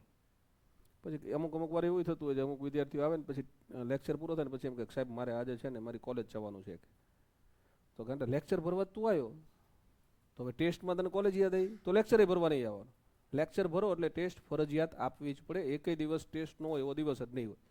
લેક્ચર અને ટેસ્ટ બંને રોજ ફરજિયાત હશે, આવું કમ્પલસરી રાખ્યું છે આપણે જ્યારથી મેં ઇન્સ્ટિટ્યૂટ શરૂ કર્યું ને ત્યારથી, એમાં કંઈ છૂટછાટ નહીં. અને ટેસ્ટના માર્ક્સ તમારા પેરેન્ટ્સ સાથે શેર ફરજિયાત કરીએ છીએ, આખી પીડીએફ મૂકવાની, આખા ક્લાસની ગ્રુપમાં જ મૂકવાની, એટલે બધાના પેરેન્ટ્સ જોઈ શકે કે મારા દીકરાને કેટલા આવ્યા, બીજા દીકરા દીકરીને કેટલા આવ્યા, બધાને માર્ક્સ દેખાય. અને તમને થોડીક ક્યારેક શરમ આવે ખરી, ઓછા માર્ક આવતા હોય તો ખરી મહેનત કરવી પડશે, નહીંતર આખું ગામ જોવે છે, તમારા પેરેન્ટ્સ એકલા નહીં જોવે, તમારા માર્ક્સ બધાય જોશે, આપણે ગ્રુપમાં મૂકશું એટલે આ તો તમને મળી ગયું બધું જ.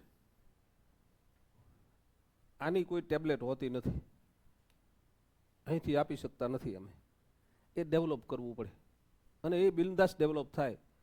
પણ તમે નાના નાના ટાસ્ક છે એ જાતે કમ્પ્લીટ કરો, એની પાછળ ખરેખર મહેનત કરો ને કોઈ પણ કામમાં.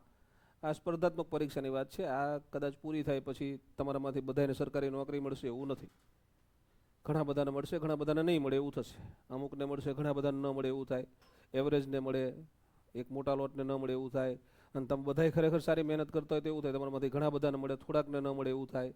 તો ન મળે એ કંઈક તો બીજું કામ કરશો જ તમે, તો જ્યાં જશો ને ત્યાં આ કામમાં કદાચ દિલ ન લગાવ્યું હોય ફૂલ, તો ત્યાંય દિલ લગાવીને કામ કરવું પડશે. તમારે એક્સ્ટ્રા ઓર્ડિનરી રિઝલ્ટ આપવું હોય તો એક્સ્ટ્રા ઓર્ડિનરી એફર્ટ જરૂરી છે, એ કરો ને તો રિઝલ્ટ મળે. કારણ કે અહીંયા ફોર્મ કેટલા ભરવાના, માની લો કે રેવન્યુ તલાટીની પરીક્ષા આવી ગઈ, હમણાં એવું વિચારીએ હવે અઠવાડિયામાં આવે એવી શક્યતા છે, તો માની લો કે નોટિફિકેશન આવી ગઈ, પરીક્ષા લેશે એવું કન્ફર્મ થઈ ગયું, તો ફોર્મ કેટલા ભરાય રેવન્યુ તલાટીમાં? હા બરાબર, આપણે એવું કહીએ પરીક્ષા આપી એવા કદાચ 8-9 લાખ થાય, ફોર્મ કન્ફર્મ થાય એવા, ગ્રેજ્યુએશન ઉપર હશે. એટલે જો 12 પાસ ઉપર હોય તો તમે 15 લાખ કહો તો હું લખી દઉં, કંઈ વાંધો નથી, કારણ કે કોન્સ્ટેબલ હોય તો 15 લાખ ભરાય. ગઈ વખતે તલાટીમાં 18 લાખની પરીક્ષા લેવાની હતી, એટલે હસમુખભાઈએ એવું કીધું કે ભાઈ તમે કન્ફર્મેશન આપો તો જ પરીક્ષા લઈએ એમ. તો 8-9 લાખ હોય, એમાંથી પરીક્ષા આપવા આવે એવા 6 લાખ 7 લાખ હોય. જગ્યા કેટલી આવવાની છે? હા 2398 એટલે 2400 લો ને, તો આ 6 લાખમાંથી 2400 જ લેવાના છે. ઉમેદવાર કેટલા છે? મુરતિયા કેટલા છે? 6 લાખ. વધાવવાના કેટલાને છે? 2400 ને છે. તો તમારી 6 લાખમાંથી 2400માં આવવું હોય તો 2400 જોગી મહેનત કરવી પડે. એવી મહેનત કરો તો બિલકુલ તમે 2400 નહીં 400માં આવો. 400માં નહીં, મેં તમને કીધું કે અમે ગુજરાતમાંથી 6 જ જગ્યા હતી તો પહેલા નંબરે આવે, કારણ કે આમાંય કોઈક તો પહેલા નંબરે આવશે જ ને. 2400 જગ્યા હશે, પરીક્ષા બધા આપશે તો ફર્સ્ટ નંબર લાવવાનું કોઈક તો હશે જ ને, તો ટોપ 5માં એવાય. પણ એના માટે એવી મહેનત કરવી પડે. ટોપ 5માં આવવાળો છે એવી મહેનત કરે છે, તમે એવી મહેનત કરશો તો પછી રેવન્યુ તલાટીમાં તમને સંતોષે નહીં થાય. એક વખત આવી આદત પડી ગઈ ને કામ કરવાની, મહેનત કરવાની, દિલથી મહેનત કરવાની, જે કરો ને દિલથી કરવાનું. ફરવા જાવ તો દિલથી એન્જોય કરી લેવાનું. મિત્ર સાથે છીએ તો ત્યારે ફૂલ ટાઈમ ત્યાં હોય, આપણે એની સાથે રહેતા હોય, એને એમ થાય કે મારો ભાઈબંધ મને મળવા આવ્યો તેમ, તો બહુ મજા આવે, આખી જિંદગી મજા આવશે. તમે જે કરશો ને બધાય મજા આવશે. અને આળસ કરવાની આદત થઈ ગઈ ને તો આખી જિંદગી આળસ થાય. અને તમારે આદત ડેવલપ કરવાની છે. એકવાર ડેવલપ કરી લો કે આપણે મહેનત કરવી જ છે, બહુ મજા આવશે. અને પછી નાના નાના ગોલે નક્કી કરો કે આ પૂરું કરવું છે, આ વિષય પૂરો કરવો છે, આ ચેપ્ટર પૂરા કરવા છે, પૂરા કરવા માંડો એટલે આ બધું વધે, આ એમ વધે. આની કોઈ ટેબ્લેટ ના હોય. અને એ વધે પછી તમે અનસ્ટોપેબલ બની જાઓ.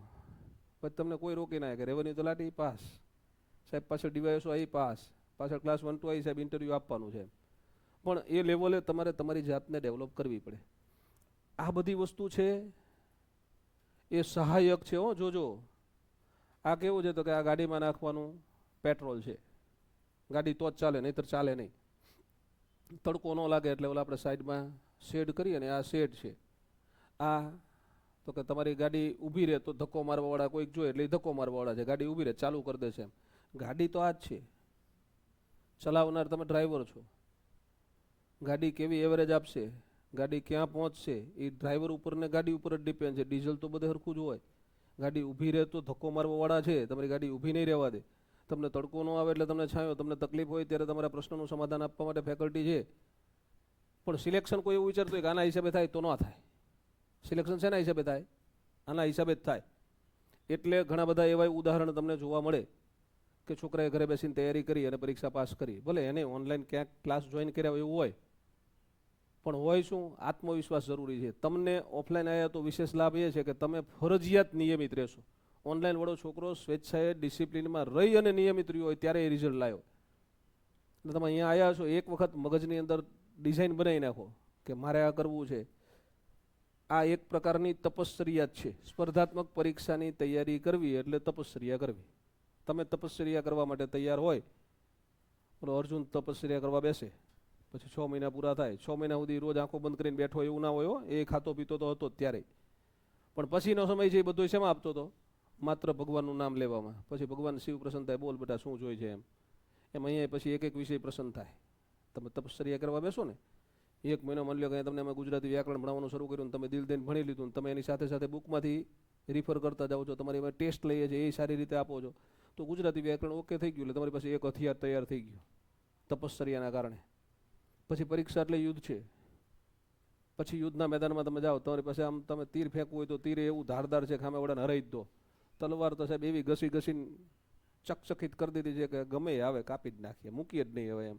ભાલુય તૈયાર છે, ફેંકવું હોય તો ફેંકીએ કાંઈ એવું છે. કોઈ એટેક કરે તો ઢાલે રેડી કરીને રાખી છે. તો એનો મતલબ એવો છે, ઢાલ રેડી કરીને રાખી મતલબ કે કયા પ્રશ્નો સ્કીપ કરવા એ તમને ખબર પડે છે. અમુકને એ ખબર ના પડતી, બધું લખીને આવી જાય. સિલેક્ટ થવાનું હોય ને સિલેક્ટ ના થાય એવું થાય. તો તમારી પાસે બધું તૈયાર છે અને પછી તમને યુદ્ધના મેદાનમાં ઉતારવામાં આવે તો આ 6 લાખમાંથી 2400માં આવવાની શક્યતા વધે. એટલે એના માટે આત્મવિશ્વાસ બુલંદ કરવાનો. બુલંદ તમે રેગ્યુલરલી ભણો છો, સારા ફેકલ્ટી પાસે ભણો એટલે ઓટોમેટિકલી આત્મવિશ્વાસ બુલંદ થાય. હું એવું કહું છું કે જેને પરીક્ષા ના આપવાની હોય ને, તમે બધા તો પરીક્ષા આપવાની છે ને અહીંયા બેઠા છો ને, પરીક્ષા ના આપવાની ને એવા એક કેન્ડિડેટને તમારી ભેગી આખી બેચ પૂરી કરાવડે, એવા 5 કેન્ડિડેટને તમારી ભેગી આખી બેચ પૂરી કરાવડે, ભણાવડાય જ ખાલી. એને બિઝનેસ જ કરવાનો છે, એને ખાનગી સંસ્થામાં નોકરી જ કરવાની છે. પણ એ બેચ પૂરી કરીને એના કામ ધંધે લાગે, ખાનગી સંસ્થામાં નોકરી કરવા જાય કે પોતાનો બિઝનેસ કરે ને, તો એનામાંય તે આત્મવિશ્વાસ વધી ગયો હોય. કારણ કે તમારી પાસે અલગ અલગ વિષયનું નોલેજ આવે, તમારા ચહેરાનું તેજ ઓટોમેટિક વધે. પણ તમે એવી રીતે ભણો છો તો ક્લાસરૂમમાં બેઠા બેઠા એ એંગલથી વિચારીને એ રીતે ભણવાનું છે. ન આવડે ત્યારે પ્રેમથી હાથ ઊંચો કરીને સાહેબને પૂછવાનું છે, સાહેબ તમને અહીંયા કોઈ નહીં સમજાવે એવું નહીં હોય, બધા જ સમજાવશે. તો ક્રમે ક્રમે આત્મવિશ્વાસ બુલંદ થાય ને આનો સરવાળો થાય 4નો, એનો સરવાળો સક્સેસ છે. આ બધી વસ્તુ છે. અને નીચે જે આનો સરવાળો મૂકવો હોય તો એ શું આવે?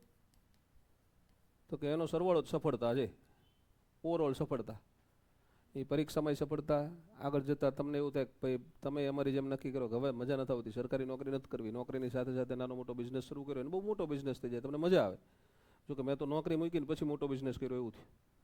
નોકરી કરતો ત્યારે થોડું ઘણું ચાલતું હતું, ઓફિસમાં એકવાર મજા ના આવી. અત્યારે નોકરી કરતો તો મારો પગાર છે 1 લાખ રૂપિયા પ્લસ બિલકુલ હોત. મહિને પગાર 1 લાખ રૂપિયા પ્લસ હોત. નોકરી 2022માં મેં મૂકી. એક દિવસ ઓફિસમાં થોડીક બોલાચાલી થઈ, મારા સુપિરિયર હતા એમની સાથે, યાર નથી કરવી નોકરી, મૂકી દેવી છે. પછી કોઈને કીધા વગર બીજે દિવસે હું જઈને રાજીનામું મૂકી આવ્યો. મારા વાઈફને એકને કીધું જ મેં, એને તે દિવસે રાત્રે જઈને કીધું, મેં તો આજ ઓફિસમાં આવો ઝઘડો થયો છે, મજા નથી આવતી, કંટાળો આવે છે, મૂકી દઉં એમ. તમે નક્કી કર્યું હોય ને તમને એવું થતું હોય કે એના કરતાં આપણે નોકરી નહીં કરીએ અને આઉટપુટ સારું મળશે તો કાંઈ વાંધો નથી, મૂકતો એમ. તો મૂકી દીધી ને તો જ્ઞાન લાવી બહુ મોટી થઈ ગઈ. કારણ કે પછી તો શું થયું, પછી આખો દિવસ મારી પાસે મળ્યો ને, બોલો મારે 10:30 થી 6:10 ઓફિસ જવું જ પડતું હતું. અત્યારે હું 10:30 તમારે લેક્ચર લઈ શકું છું. જો નોકરી ચાલુ હોત તો તો આ શક્ય નહોતું. અને પછી આયોજને આખો દિવસ 10:30 12:30 હું તમારો લેક્ચર પૂરો કરું, પછી આખો દિવસ હવે પુસ્તકમાં કંઈ સુધારા કરવા છે કે ટેસ્ટની પેટર્ન બદલવી છે કે કોઈ ફેકલ્ટીને કંઈ કામ સોંપવું છે, તો એવું બધું આખો દિવસ વિચારી શકીશ તો આઉટપુટ સારું મળશે. તો ઓટોમેટિકલી આમ ડ્રીમ નક્કી કર્યા હોય ત્યારે નક્કી કર્યું હતું કે ભાઈ અત્યારે આપણી પાસે 4 સ્ટુડિયો છે. નોકરી મૂકી ત્યારે 4 સ્ટુડિયો હતા જ્ઞાન લાઈવમાં, તો આપણે હવે 30 સ્ટુડિયો લઈ જવું છે જ્ઞાન લાઈવને. અત્યારે 27 થઈ ગયા છે આપણી પાસે, 27 સ્ટુડિયોઝ છે. અને હવે તો એવું નક્કી કરીને બેઠો છું કે ભાઈ એક આપણે નવી પ્રોજેક્ટ લોન્ચ કરી છે, અર્લી બર્ડ આઈએએસ. એ નાના છોકરાઓ માટેની છે. ધોરણ 6 થી 12માં ભણતા વિદ્યાર્થીઓ છે, એમને શરૂઆતથી જ યુપીએસસી જીપીએસસી શું છે એની સમજ અપાય એવું થોડું થોડું દર વર્ષે આપણે ભણાવીએ છીએ. એમાં એવો ટાર્ગેટ મેં રાખ્યો છે કે એમાં ઓલ ઇન્ડિયામાં 300 સ્ટુડિયોઝ બનાવવાના છે.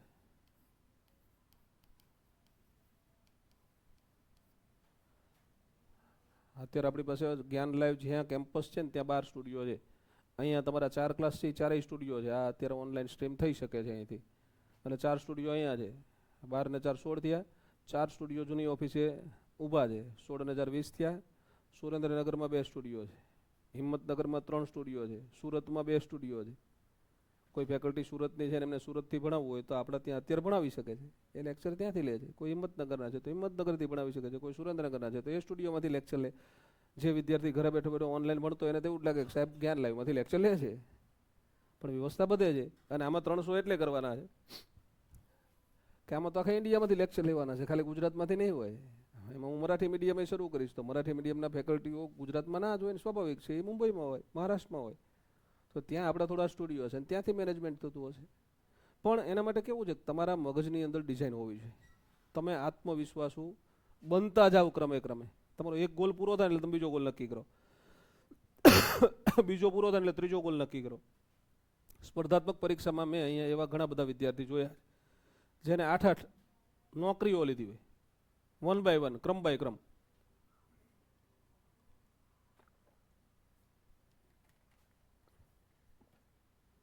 તૈયારી કરવાની શરૂ કરે એટલે એમને તૈયારી શરૂ કરી હોય ક્લાસ 3 માટે, તો ક્લાસ 3ની નોકરી લે. ડીવાયએસઓ આવે પછી એટલે ડીવાયએસઓ પાસ થઈ જાય. જીપીએસસી ક્લાસ 1 2 આવે એટલે જીપીએસસી ક્લાસ 1 2 પાસ થાય. અને છેલ્લે ક્લાસ 1 2 જોબ કરતા હોય. એવાય ઉદાહરણ છે ગુજરાતમાં કે ડેપ્યુટી કલેક્ટર બની ગયા હોય પછી તૈયારી ચાલુ રાખે અને કલેક્ટર બને. ડેપ્યુટી કલેક્ટર બને એવા ઘણા ઉદાહરણ છે. એસઓ હોય સચિવાલયમાં, એસઓ એટલે ક્લાસ 2 કહેવાય. ગ્રામ્ય લેવલે, તાલુકા લેવલે, જિલ્લા લેવલે આપણે એને મામલતદાર કહેવાય. અહીંયા એને એસઓ કહેવાય સચિવાલયમાં. તો એસઓ હોય અને એસઓમાંથી યુપીએસસી પાસ કરી હોય, નોકરી ચાલુ હોય, 8 કલાક 9 કલાકની નોકરી ચાલુ હોય, મામલતદારની નોકરી ચાલુ હોય, મામલતદારમાંથી ડેપ્યુટી કલેક્ટર બન્યા હોય. મામલતદારની નોકરી તો કેવી ડેન્જરસ હોય, કેટલું બધું કામ હોય. તો એની સાથે તૈયારી ચાલુ રાખવાવાળા કેન્ડિડેટ છે. આપણી પાસે તો પૂરો ટાઈમ આપ્યો છે. ઉપરવાળાએ તમને બહુ મસ્ત મજાનો ટાઈમ આપ્યો છે. તમને ફૂલ યુઝ કરો જ તમે તો તમે ધારો ને એવું પરિણામ લાવી શકો. એટલે આ 4 વસ્તુ છે એ અત્યંત જરૂરી છે. આવું હું જ્યારથી ભણાવું છું ને ત્યારથી કહું છું. મારો તમને 5 વર્ષ પહેલાંનો કોઈ લેક્ચર જોવા મળે અને એમાં એવી વાત આવે કે સ્પર્ધાત્મક પરીક્ષા માટે શું જરૂરી છે, હું કે કોઈ સંસ્થામાં માર્ગદર્શન આપવા ગયો હોય ને ત્યાંય મેં એવું કીધું કે સ્પર્ધાત્મક પરીક્ષા માટે શું જરૂરી છે, તો આ 4 વસ્તુ જ કીધી હોય કાયમ. સારા પુસ્તકો જોઈ, સારા ફેકલ્ટીઓ જોઈ, નિયમિત ટેસ્ટ જોઈ અને આત્મવિશ્વાસુ ઉમેદવાર જોઈ. આ 4 વસ્તુનો સરવાળો થાય એટલે એનો સરવાળો સફળતા સિવાય બીજું કંઈ થતો નથી. આનો સરવાળો જ સફળતા થાય. રેગ્યુલર ટેસ્ટમાં કેવું, અહીંયા આપણે તમે જે મિત્રો 5-7 મિત્રો બેઠા છે રોજ લેક્ચર ભરો છે, તો ટેસ્ટ ન લેવાય એવું ક્યારે થયું છે? એવું એકે દિવસ નહીં હોય ટેસ્ટ નહીં લેવાય. ટેસ્ટ ફરજિયાત લઈશું છે. ક્યાંક એવું બનશે કે તમારી માની લો કે 50 માર્કની ટેસ્ટ છે તો એમાં એક પ્રશ્ન ખોટો એવું બની શકે. ક્યારેક 2 પ્રશ્નમાં જવાબમાં ફેરફારો એવું બની શકે. તમે કહેશો તમને બીજે દિવસે કહેશે, પણ એ તો તમે જીપીએસસીની પરીક્ષા આપવા જાઓ, તમે રેવન્યુ તલાટીની તમારી પરીક્ષા આપવા જશો, તેથી 200 માર્કનું પેપર હશે ને તો એ 200 માર્કમાંથી 5 પ્રશ્નના જવાબ પછી પ્રોવિઝનલ આન્સર કી ને ફાઇનલ આન્સર કી ને એવું આવે ને, તો અહીંયા તો રોજ તમને ટેસ્ટ આપવાની, તો એમાં એકાદ પ્રશ્નમાં ભૂલ હોય તો એને આરામથી સાઇડલાઇન કરવાના છે. તમારે તમારા તૈયારી ઉપર ફોકસ કરવાનું. નહીં તો અમુક વિદ્યાર્થી એવા હોય એને એ એક પ્રશ્નની જ કાયમ ચિંતા હોય, એ કે સાહેબ એ જ પરીક્ષામાં પૂછે છે એટલે ગાંડા એવું ન થાય, અને પૂછાશે તો પાછા ફેકલ્ટી તને ભણાવે છે, ભણાવવા આવે ત્યારે એવા પ્રશ્નો નોંધી રાખવાના. માની લો તમને કોઈ પ્રશ્નમાં ડાઉટ લાગે છે, અસમંજસ છે, તો એક ચોપડો એવો બનાવાય. એવા તમે 5 પ્રશ્ન થયા અંગ્રેજીના, મહિને 5 પ્રશ્ન થયા, ને હું તમને મળવા આવ્યો મને 5 પ્રશ્ન પૂછી લ્યો, હું તમને એના સ્ટાન્ડર્ડ જે એક્ઝેક્ટ જવાબ છે એ જ તમને કહેવાનો છું. તમારા પ્રશ્નો સોલ્વ થઈ ગયા. ડાઉટ લાગે તો તમે આવું કરી શકો છો. એટલે રોજ ટેસ્ટ લેવાની અત્યંત જરૂરી છે.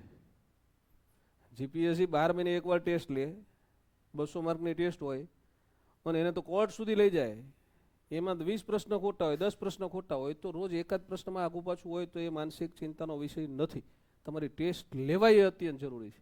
અને પાછું તમને કીધું એટલા કન્ટેન્ટમાંથી અમુક વાર અમુક વિદ્યાર્થી એવી રીતે મળવા આવે, સાહેબ પણ આજ તો અમને આ પેજ વાંચવાના કીધા હતા ને એમાં જ ના પૂછ્યું, તો તને વાંધો શું છે, ટેસ્ટ તો તારી લીધી છે ને.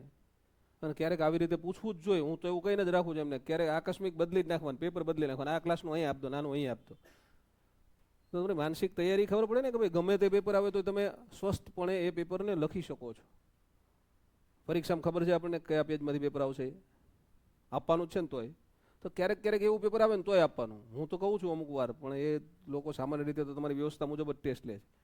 નહીંતર હું એવું કહું ક્યારેક તમે આ બેચનું ટેસ્ટ છે ને એ બીજી બેચમાં આપવાનું, બીજી બેચની ટેસ્ટ છે અહીં આપવાની, આપી દેવાનું, બદલી નાખવાની, કાંઈ વાંધો નહીં. ક્યારેક 10-15 દિવસે આવું એકવાર કરવાનું, તમે માનસિક તૈયાર થાવ એનાથી. એમ તો તમારી ટેસ્ટે નિયમિત લઈએ છીએ. પરીક્ષાની તારીખ આવશે તો એના પહેલાં ઓછામાં ઓછી 5-1 મોક ટેસ્ટે લઈશું, એના સોલ્યુશન એ આપશું, એટલે કોઈ સમસ્યા જ ના રહે.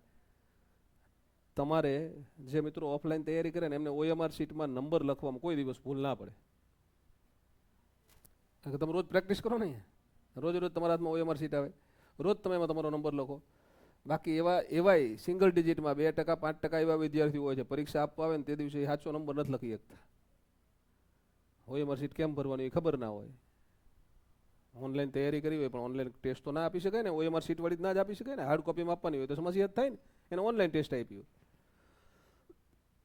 તો તમારી તો એ ડેલી પ્રેક્ટિસ થાય છે.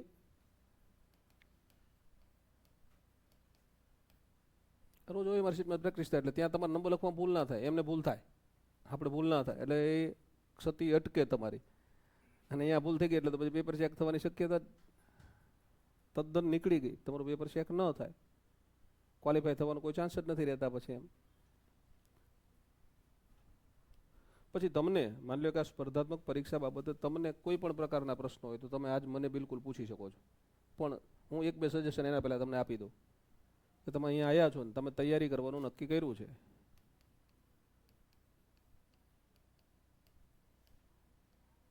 આવું નક્કી હોય તો તમે બધા જ મિત્રો ફરજિયાત બજારમાંથી એક ડાયરી અથવા તો સારો પાક્કા પૂઠાનો ચોપડો લઈ લેજો. ખરીદી લેવાની, રાખવાની આપણી પાસે બધાય. અને એમાં લખવી પડશે, અમુક બાબતો લખવી પડશે. એમાં લખવાની. મારી પાસે અત્યારે મારી ઓફિસે તમે મન મળવા આવો ને તો મારી પાસે લગભગ 10 ડાયરી છે, 10 ચોપડાની ડાયરી, ઓછામાં ઓછી 10 હશે. અને એમાં મારે ભવિષ્યમાં શું કરવું છે બધું હું લખતો હોઉં છું. નવરો બેઠો છું અને આગળનો વિચાર કરવો છે, શું કરવું છે તો એમાં લખું. 2020ના જાન્યુઆરી મહિનામાં જ્ઞાન લાઈવ શરૂ થયું હતું. જ્યારે જ્ઞાન લાઈવ શરૂ કર્યું અમે મિત્રો, ત્યારે એની ઓફિસ છે એ આવડી હતી. આ આપણે ક્લાસમાં બેઠા એના કરતાં નાની હતી. આ ક્લાસ 600 ચોરસ ફૂટનો છે અને માપ સાઇઝ છે ને એ 600 સ્ક્વેર ફીટ જેવી છે. જ્ઞાન લાઈવની ઓફિસ છે એ 400 સ્ક્વેર ફીટની હતી. અત્યારે આ જ ઓફિસ છે એ 11,000 ચોરસ ફૂટની છે.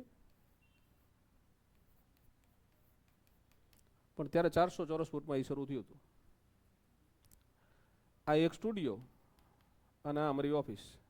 અહીંથી દરવાજો, અહીંથી સ્ટુડિયોનો દરવાજો, અહીંથી ઓફિસમાં જવાનો દરવાજો, પાર્ટેશન કરીને આવી રીતે 400 ચોરસ ફૂટમાં ઓફિસ બનાવી હતી. અને એવી રીતે જ વિચારીને બનાવી હતી, કારણ કે હું, ચેતન સર ને તરલ સર અમે ત્રણેય ચલાવીએ. ત્રણેયનું ઓફલાઈન હતું. મારી પાસે ઓફલાઈન ગાંધીનગરમાં, ચેતન સર પાસે ઓફલાઈન સુરેન્દ્રનગરમાં, તરલ સર પાસે ઓફલાઈન અમદાવાદમાં. એટલે ઓફલાઈન બરોબર ચાલતા હતા. ઓનલાઈનમાંથી કંઈક વધારાના 1 લાખ, 2 લાખ, 4 લાખ, 5 લાખ ત્રણેયને મહિને 12 મહિને મળે એવું વિચારીને શરૂ કરી દીધું. માણસો કેટલા જોઈએ, અમારી પાસે બધી વ્યવસ્થા હતી, બધા પુસ્તકો હતા, બધી ટેસ્ટ હતી, ફેકલ્ટીઓ હતા. એટલે કંઈક કરીએ એમ. છોકરાની ઓનલાઈન ડિમાન્ડ હતી. કોવિડ પહેલાંની વાત છે, એટલે કોવિડ પહેલાં અમે શરૂ કરી દીધું હતું. પછી લગભગ મે 2020માં જ્યારે કોવિડ ચાલુ હતું ને ત્યારે અમે આનું એક્સપાન્શન કર્યું. બીજી ઓફિસ આવડી બાજુમાં લીધી, 400 ચોરસ ફૂટની, 1200 ચોરસ ફૂટની ત્રીજી લીધી મે 2020માં.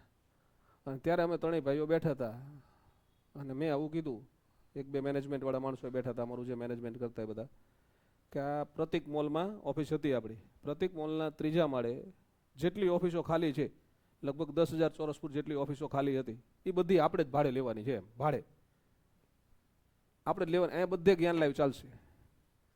એટલે ખરેખર ચેતન સર, તરલ સર, મેનેજમેન્ટ કરવાવાળા બધા એ હસતા હતા કે સાહેબ શું કામ કરશું, એટલું બધું શું કામ કરશું એમ. એટલે બધું બહુ બધું કામ છે, આપણે એટલે પહોંચશું. અને આ મે 2020માં જે કીધું હતું એ 11,000 ચોરસ ફૂટની ઓફિસ છે ને એ જૂન 2022માં અમે ખરીદી લીધી હતી. આખી ઓફિસ ખરીદી લીધી હતી કંપનીએ, કંપનીના નામે ખરીદી લીધી હતી. પણ આ બધું છે ને આ બધી ડાયરીઓમાં લખ્યું હતું. હું વિચારતો હતો આવું, મારા સ્વપ્ન આવા હતા, મારે આવું કંઈક કરવું હતું. સરકારી નોકરી મૂકી એ હું મારી ડાયરીમાં લખીને રાખતો હતો કે જે દિવસે ઓફલાઈન ક્લાસની અંદર આટલી સંખ્યા થાય તે દિવસે આપણે સરકારી નોકરી મૂકી દેવાની છે. તો એટલી થાય ત્યાં તમે પહોંચી શકો. એટલે તમારી પાસે તમારી ડાયરી હોવી જોઈએ, અંગત ડાયરી, જેમાં તમે બહુ લાંબા ગાળાના ગોલ પણ લખી શકો. અને કાંઈ ખરેખર કાંઈ અશક્ય નથી હોતું, તમે ધારો નહીં કરી શકો. પરીક્ષા તો બહુ નાની બાબત છે, પરીક્ષા પાસ કરવી ખરેખર બહુ નાની બાબત છે, પણ તમે તમારી જિંદગીના બીજા ઘણા બધા સપના એમાં લખી શકો. અને એના માટે અથાગ પરિશ્રમ કરવાની તૈયારી રાખવાની. તમે જે લખો ને એ બધું થાય. ઉપરવાળો બહુ દયાળુ છે, તમારામાં માગવાની તેવડ હોવી જોઈએ. તમે કેટલું માગી શકો છો, એને તો બધું આપવું જ છે. માગ્યા પછી તમે એની મહેનત શરૂ કરી દો, તમે ધારો નહીં તમે કરી શકો. મારું તમને ફેમિલી બેકગ્રાઉન્ડ કહી દો. અમુકને એવું કે ના સાહેબ પણ મારા ફાધર આમને, મારા મમ્મી 6 ધોરણ ભણેલા છે, મારા પપ્પા 7 ધોરણ ભણેલા છે.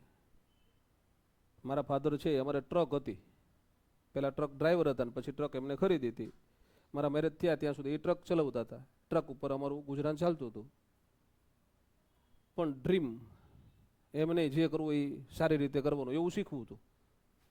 તો મહેનત કરીને તમારા સ્વપ્ના હોય, તમે લખો છો સ્વપ્નાને, એની પાછળ પડો છો, મહેનત કરવી પડે છે.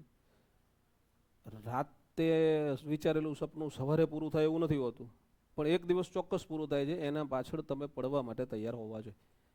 તમે અથાગ પરિશ્રમ કરવા માટે તૈયાર હોય તો તમે ધારો ને એ બધુંય તમે કરી શકો. આ તો નાની નાની ઉપલબ્ધિઓ છે, તમે જેટલી વિશાળ ઉપલબ્ધિ મેળવવા માંગતા હોય ને એ બધું એમાં લખી શકાય. અને પછી તમે જે વિચાર્યું છે, તમે જે લખ્યું છે એની પાછળ તમે પડવા જોઈએ. દાખલા કે માની લો કે મેં મારી ડાયરીમાં લખ્યું કે ભાઈ 2025-26માં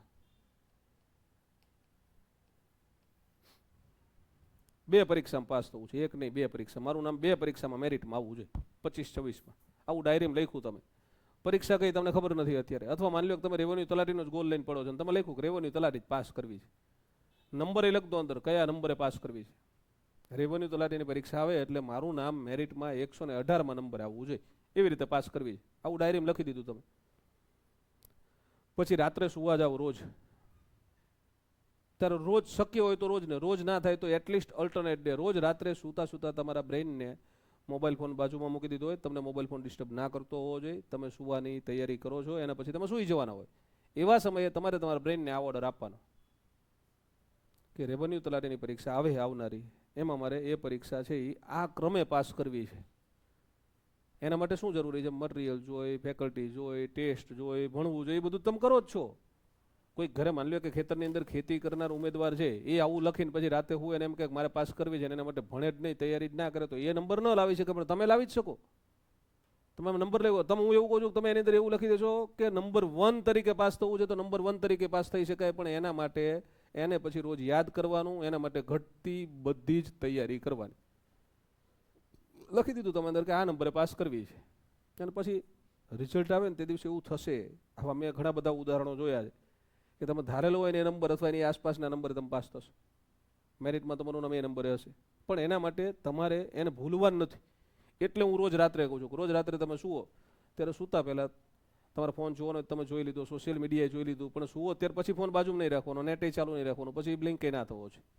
પછી એને તમારાથી થોડેક દૂર મૂકી દો. દૂર મૂક્યા પછી રાત્રે સુવો છો ત્યારે સૂતા પહેલાંની 5 મિનિટ છે તમારા બ્રેનને તમે જે તમારો ગોલ છે એ કમાન્ડ યાદ કરાવડાવો કે ભાઈ તારે અને મારે બંને મળીને આ પરીક્ષામાં આ નંબરથી પાસ થવાનું છે.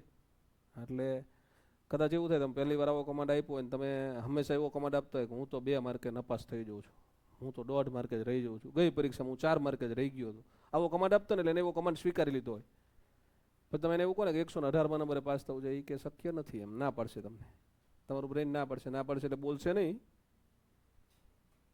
પણ એગ્રી નહીં થાય. પણ તમે બીજે દિવસે કહેશો, તમે ત્રીજે દિવસે કહેશો, તમે ચોથે દિવસે કહેશો, 5મે દિવસે કહેશો, એટલે એ અમુક અંશે સિરિયસ થવાનું શરૂ કરશે કે આ ભાઈ છે એ સિરિયસ છે. આ બેન હવે મૂકશે ને એવું લાગે છે, કારણ કે હવે સિરિયસ છે, રોજ કહે છે. 25 દિવસ કીધું, તમે 50 દિવસ કીધું, એટલે ખબર પડી કે હવે તો આ કરવું જ પડશે. એ તમારે ભેગું પડી જશે કે આ બિલકુલ કરશું, હવે આપણે મૂકશું નહીં એમ. કારણ કે તમે મૂકવા તૈયાર નથી. તૈયારી શરૂ કરે ને ત્યારે હું તમે એડમિશન લેવા આવો ને મને મળવા આવો ત્યારે હું તમને આવું બધું ઇન્ક્વાયરીમાં ખાસ કહું છું કે તૈયારી શરૂ કરો ત્યારે તમારો જે ઉત્સાહ છે ને એ ઉત્સાહ તૈયારી પૂરી થાય ત્યાં સુધી તમે જાળવી રાખો તો તમને પરિણામ ચોક્કસ મળે જ છે. તો રિઝલ્ટ ન મળે એવું ક્યારેય થાય જ નહીં. ડિસિપ્લિન જાળવી રાખવાની, નિયમિત ભણવાનું, નોટ બનાવવાની, રિવિઝન નોટ બનાવવાની, ટેસ્ટ રોજ આપવાની, કાંઈ સ્કીપ કરવાનું નહીં, ઘરે ગયા પછી રોજ 2-4 કલાક વાંચવાનું. અને તમે તૈયારી કરો છો ત્યાં સુધી શક્ય હોય તો સામાજિક પ્રસંગોમાં ન જાવ તો તમારા મામાનો દીકરો, તમારા માસીની દીકરી, તમારા કાકાની દીકરી પરણ્યા વગર રહી જવાના નથી. અમુક તો એવી રજાઓ લેવા હોય કે મારા કાકાની છોકરીની મેરેજ છે ને તો કે સાહેબ 10 દિવસ રજા જોશે. એટલે તારા છે કે એના મેરેજ છે? એના મેરેજ છે. તારે કદાચ જવું હોય તો 1 દિવસ એટેન્ડ કરવા જજે ને ભાઈ. આખું તારું કુટુંબ તો ત્યાં છે. તમે મેરેજ નહીં એટેન્ડ કરો તો કોઈ વાંધો નથી. તમે બધા આવા મેરેજ એટેન્ડ કરશો ને તમે તૈયારી કરીને પાસ નહીં થાવ તો તમને 5 જણા એવું કહે છે કે તું ગયો તો તૈયારી કરવા, પણ પાસ થશો ને તો એ 5 જણા છે ને એ તમારું સ્ટેટસ મૂકશે એ કે મારા કાકાનો છોકરો પાસ થયો, એ પીએસઆઈ બન્યો, એ રેવન્યુ તલાટી બની ગયો. સોશિયલ મીડિયામાં એને 3 દી પહેલાં તમે એક પોસ્ટ મૂકી છે ને એમાં કોઈ કમેન્ટ નહીં કરતું હોય, પણ તમે ખાલી તમારો ફોટો ના મૂકતા, ખાલી મેરિટમાં આવ્યા છો ને એનો એક સ્ક્રીનશોટ પાડીને મૂકી દેજો, હવે ઓટોમેટિકલી વાયરલ થઈ જશે તમારી પોસ્ટ. તમને 6 વર્ષ પહેલાં મૂકીને તમારો ભાઈબંધ ગયો હોય, 6 વર્ષમાં તમારે ક્યારેય ફોનમાં વાતચીત ના થઈ હોય, એને ફેસબુકમાં ઇન્સ્ટાગ્રામમાં ક્યારેય એને તમને એક મેસેજ ના કર્યો હોય, એનો મેસેજ આવશે, એનો ફોને આવશે. એટલે ક્યાં ગયો તું તૈયારી કરવા? કહેતો ખરો મને કેવી રીતે તૈયારી કરવાની? મારે નાની બેનને તૈયારી કરાવી છે, મારે નથી કરવી પણ નાની બેનને તૈયારી કરાવી છે. એટલે ઓટોમેટિક તમારો સ્ટોક છે ને આમ માર્કેટમાં આવી જશે, એકાએક ભાવ વધી જશે. બધી જ સમસ્યાનું સમાધાન સીધું છે. સાંસારિક સમસ્યાઓ પૂરી થઈ ગઈ, આર્થિક સમસ્યાઓ પૂરી થઈ ગઈ. પહેલાં લોન લેવા જાઓ તમે, અત્યારે ટ્રાય કરજો ક્યારેક લોન લેવી હોય તો લોન લેવા જજો. બાઇક લોન લેવી છે, હોમ લોન લેવી છે, તો બેંકવાળા આપણે હાંકી કાઢશે કે તને ન મળે એમ ના પાડી દેશે આપણને. ઇન્કમ ટેક્સ રિટર્ન છે નથી ભરતો હું, શેની લોન મળે? ના મળે જા. અથવા તો મર્યાદિત મળે, તમે કદાચ ઇન્કમ બતાવો છો ને ઇન્કમ ટેક્સ રિટર્ન એ ભરો છો તો તમને મર્યાદિત લોન આપે, અને એના માટે તમને કેટલાય ધક્કા કરાવે. મેં ખુદે આ વસ્તુ અનુભવેલી છે. એટલે પણ એકવાર તમારું નામ સરકારી નોકરીએ ચડી ગયું તો તમારી ઓફિસ તમને મળવા આવશે, સાહેબ લોન જોઈ તો કહેજો. પર્સનલ લોન મળશે, કાર લોન મળશે, હોમ લોન મળશે. આપણે એમ કે હોમ લોન તો ચાલુ છે તો સાહેબ એમાં કંઈક વધારાનો ફર્નિચર માટેની લોન જોતી હોય તો 5 લાખ રૂપિયાની કરી દઈશું. મને લગભગ દર અઠવાડિયે ઓછામાં ઓછા 2 ફોન આવે છે, ઓછામાં ઓછા 2 ફોન બેંકોમાંથી આવે કે સાહેબ, કારણ કે મારું નામ જ્ઞાન એકેડમીમાં હોય, જ્ઞાન લાઈવમાં હોય, એગ્રીકલ્ચરલ અકાઉન્ટ હોય એની અંદર કોન્ટેક્ટ નંબર મારો લખ્યો હોય, એટલે ફોન આવે કે સાહેબ જ્ઞાન એકેડમીને છે ને અમારી બેંક તરફથી કોર્પોરેટ ક્રેડિટ કાર્ડ આપીએ છીએ, 30 લાખ રૂપિયાની લિમિટ છે. પેલું ક્રેડિટ કાર્ડ લાખનું, 2 લાખનું, 5 લાખનું આવે ને, 30 લાખ રૂપિયા સુધીનું ક્રેડિટ કાર્ડ આપવા તૈયાર હોય. એટલે હું કહું ભાઈ મારી પાસે પૈસા હોય એટલે હું વાપરું છું, હું ક્રેડિટ લેતો નથી. મારી પાસે આજે એકેય ક્રેડિટ કાર્ડ નથી અને આઈ હેટ ક્રેડિટ કાર્ડ્સ. કારણ કે તમારા ખિસ્સામાં હોય ને એટલા વપરાય, ના હોય તો ન વપરાય. શું કામ ક્રેડિટ લેવી પડે? ક્રેડિટ લેવી, ક્રેડિટ કાર્ડ આમ શબ્દ છે ને સમાજમાં સારો લાગે છે, પણ ક્રેડિટ કાર્ડનો મતલબ એવો છે કે દેવું કરતાં શીખવું. ખિસ્સામાં એટલા વાપરીએ શું વાંધો છે? ના હોય તો નથી વાપરવા. પછી એવું કે પાછા કે સાહેબ તમને ફલાણા લાભ મળશે, આવા લાભ મળશે, આવા લાભ મળશે. ક્યારેક બાજુમાં મારા વાઈફ બેઠો હોય એમ કે હા ક્રેડિટ કાર્ડમાં બહુ લાભ મળે, પણ આપણે લાભ જોતા જ નથી. એ આપણું ખિસ્સું કાપીને આપણને લાભ આપવાની વાત હોય, આપણે એવો એકેય લાભ નથી જોતો. હોય એટલા વાપરશું, ક્રેડિટ જોતી નથી. પછી પ્રાઇવેટે ક્રેડિટ કાર્ડ આપવા કેટલાય તૈયાર હોય તો ક્રેડિટ કાર્ડ નથી જોતા. આમાં ડેબિટ કાર્ડ બરોબર છે, ખાતામાં હોય ને એટલે કપાય, એ વાપરશું આપણે, ક્રેડિટ કાર્ડ જોતા નથી એમ. એટલે તમે સ્વપ્નું જુઓ દોસ્તો, એને ડાયરીમાં લખો, લખ્યા પછી એને રોજ યાદ કરો. રોજ ના યાદ કરો તો અઠવાડિયામાં ઓછામાં ઓછા 4 દિવસ 3 દિવસ એને યાદ કરો તો તમારું સપનું છે ને એ ખરેખર તમારા આસપાસના બધા વાતાવરણનું સપનું બની જશે. તમારે એકલાનું સપનું નહીં રહે પછી. અને પછી એના માટે તમે મહેનત તો કરો જ છો, તો તમે ધારો એવી રીતનું પરિણામ. ક્યાંક એવું થાય કે ભાઈ તમે કદાચ રેવન્યુ તલાટી લખ્યું છે તો માની લો કે રેવન્યુ તલાટીની પરીક્ષા વહેલી આવી ગઈ ને એમાં પૂરું ન થાય તો એ વિલેજ પંચાયત સેક્રેટરીમાં પૂરું થશે. પણ તમારે એને છોડવાનું નથી, પકડી તો રાખવાનું જ છે. એનાથી દૂર નથી ભાગવાનું, એને તમારી નજીક જ રાખવાનું છે, દૂર જવા નથી દેવાનું, એને જાળવી રાખવાનું છે. અને એના માટે ઘટતું બધું જ કરવાનું. તમે તૈયારી કરો છો તેમાં માની લો કે પરીક્ષા કોઈ એક અત્યારે આવે છે, ટૂંકા ગાળામાં આવે છે, તમારો અભ્યાસક્રમ પૂરો નથી થયો, ખરેખર તમે બધું જાણતા નથી અને આવી ગઈ, તો એમાં તમે નથી પાસ થઈ શકો એમ, તો તમે એના પછીની પરીક્ષાઓ, હું અહીંયા એવું કહું છું કે તમારો એકવાર અભ્યાસક્રમ પૂરો થાય, તમારો સિલેબસ પૂરો થાય, ત્યાં સુધી તમે અહીંયા નિયમિત રહેવા જોઈએ. તમારા લગ્ન પ્રસંગ કે બીજા કોઈ વાર તહેવાર જે કંઈ છે એ બધા ત્યારે શક્ય હોય તો ભૂલી જવાના. હું તમને મહિને 3 દિવસ 2 દિવસ અહીંથી એક સાથે રજા આપું છું, ત્યારે ઘરે જઈને જે પ્રસંગ એટેન્ડ કરવા એ કરવાના, પછી નહીં જવાનું. ભણવાના ટાઈમે શક્ય હોય તો એકે લેક્ચર સ્કીપ નહીં કરવાનો, બધા જ લેક્ચર અહીંયા જ ભરવાના, બધી ટેસ્ટે ભરવાની. સાહેબ મને તો ગણિત આવડે, તોય ગણિત ભણવાનું. કારણ કે તમને ગણિત આવડે એ પરીક્ષામાં જરૂરી નથી, તમને ગણિત ઝડપથી ગણતા આવડે એ જરૂરી છે, ને એવું તમને કદાચ અહીંથી મળી શકે છે. ગણિત ગણતા આવડતું એમએસસી બીએડ ગણિતવાળો છે, એને સીસીની પરીક્ષા આપવા મોકલો હોય તો એ પછી 30 પ્રશ્ન ટીક કરીને આવે, 40 ટીક કરીને આવે તો મેર ના આવે. વધારે પ્રશ્ન કેમ ટીક કરવાના ઓછા સમયમાં એ શીખવાનું હોય, એટલે બધા લેક્ચર જ ભરવાના, બધા ફેકલ્ટીના બધા લેક્ચર ભરવાના. સિલેબસ એકવાર સંપૂર્ણ થઈ ગયો, પૂરેપૂરો તમે ભણી લીધો, પછી તમારે 5 પરીક્ષા આપવાની. ત્યાં સુધી તમારી તૈયારીને જરાય ધીમી નહીં પડવા દેવાની. અભ્યાસક્રમ પૂરો થઈ ગયો, અહીંયા દાખલા કે તમારી બેચ પૂરી થઈ ગઈ, બેચ પૂરી થઈ ગઈ એટલે પછી કદાચ તમારે જરૂર છે, આર્થિક આપણું કુટુંબ છે એટલું સમૃદ્ધ નથી, કામ કરવું પડે એવું છે, તો હું બિલકુલ અહીંથી કહું છું કે તમે કામે ધંધે લાગી જજો, કોઈ વાંધો નથી, પણ રોજ 5 કલાક તૈયારી જાળવી રાખવાની. તમે કામ માની લો કે 6 મહિને 7 મહિને 8 મહિને તમે બધું ભણી લીધું, સરસ રીતે તૈયાર થઈ ગયા, તમે તમારો અભ્યાસક્રમ બધા સબ્જેક્ટ પૂરા થઈ ગયા, મતલબ કે તમારી પાસે બધા સબ્જેક્ટનું નોલેજ આવી ગયું, તમે એની નોટ બનાવી નાખી, હા કે ના બની ગઈ ને નોટ, આઈએમપી નોટ એ બની ગઈ ને, મતલબ કે હવે તમારી પાસે બધું તૈયાર છે. તો હવે તમારે રોજ 10 કલાક 15 કલાક ભણવાની કોઈ જરૂર નથી. હવે તમે રોજ 5 કલાક ભણો એટલે મોર ધેન ઇનફ છે. જે ક્લાસ સિવાયનું તમે ભણતા હતા એ ચાલુ રાખવાનું છે, 5 કલાક 6 કલાક વાળું, તો રોજ 5 કલાક ભણવાનું ચાલુ રાખો. તમે પહેલી પરીક્ષા આપી, માની લો તમે પાસ ન થયા, આજથી 9 મહિને પહેલી પરીક્ષા આવી, તમે પાસ ન થયા, તો પછી અહીંયા એનાલિસિસ કરવાનું, પોતાનું સેલ્ફ એનાલિસિસ, કે મારો કયો વિષય નબળો હતો, આમાં મારું કયા વિષયમાં પરફોર્મન્સ નબળું રહ્યું એટલે મારું સિલેક્શન ન થયું. આ પરીક્ષા પહેલાં એ વિષયને સ્ટ્રોંગ કરી લેવાનો.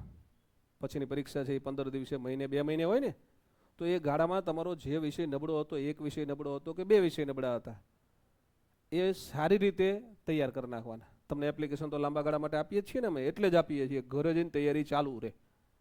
હા, આખું હું સામાન્ય રીતે છે ને સ્ટ્રક્ચર તૈયાર કરું ત્યારે બહુ બધું વિદ્યાર્થીઓનું વિચારું છું કે વિદ્યાર્થી તૈયારી સાથે કેમ જોડાયેલો રહે. નહીંતર હું 12 મહિના માટે આપું તો કોઈ સમસ્યા નથી, એપ્લિકેશન તમે ભણો ત્યાં સુધી આપું છું, પછી પૂરી થઈ ગઈ તો તમે બીજી વખત એપ્લિકેશન ખરીદશો, પણ એપ્લિકેશન ખરીદો નહીં, તમે ખરેખર પાસ થાવ ને ત્યાં સુધીની વ્યવસ્થા હું કરવાનું વિચારતો છું કાયમ. તો બીજી પરીક્ષા આપી, તમે બીજી પરીક્ષામાં પાસ થયા, માની લો બીજી પરીક્ષામાં ન પાસ થયા, તો ત્રીજી આપવાની છે, આપણે મૂકવાનું નથી. જબ તક તોડેંગે નહીં તબ તક છોડેંગે નહીં, પરીક્ષા તો પાસ કરવાની જ છે, કારણ કે મગજમાં ક્લિક કરી લીધું છે, લખી લીધું મેં મારી ડાયરીમાં, હું પાસ કરવાનો જ છું, મૂકીશ નહીં એમ. ચેતન સર છે ને એ કાયમ એક ઉદાહરણ આપે કે એક બાવો હતો, બાવો એટલે બાવાજી, મંદિરના પૂજારી હોય ને એવા બાવાજી. જે ગામમાં વરસાદ ના આવે ને એ ગામવાળા એ બાવાજીને બોલાવે ગામમાં, અને બાવાજી એ ગામમાં જઈને નાચે, અને બાવાજીનું નાચવાનું ચાલુ હોય ને વરસાદ આવે જ તે, અને બધા ગામો ગામ અમને બોલાવે બાવાજીને, અને બાવાજી ફેમસ થઈ ગયા. બાવાજી નાચે એટલે વરસાદ આવે.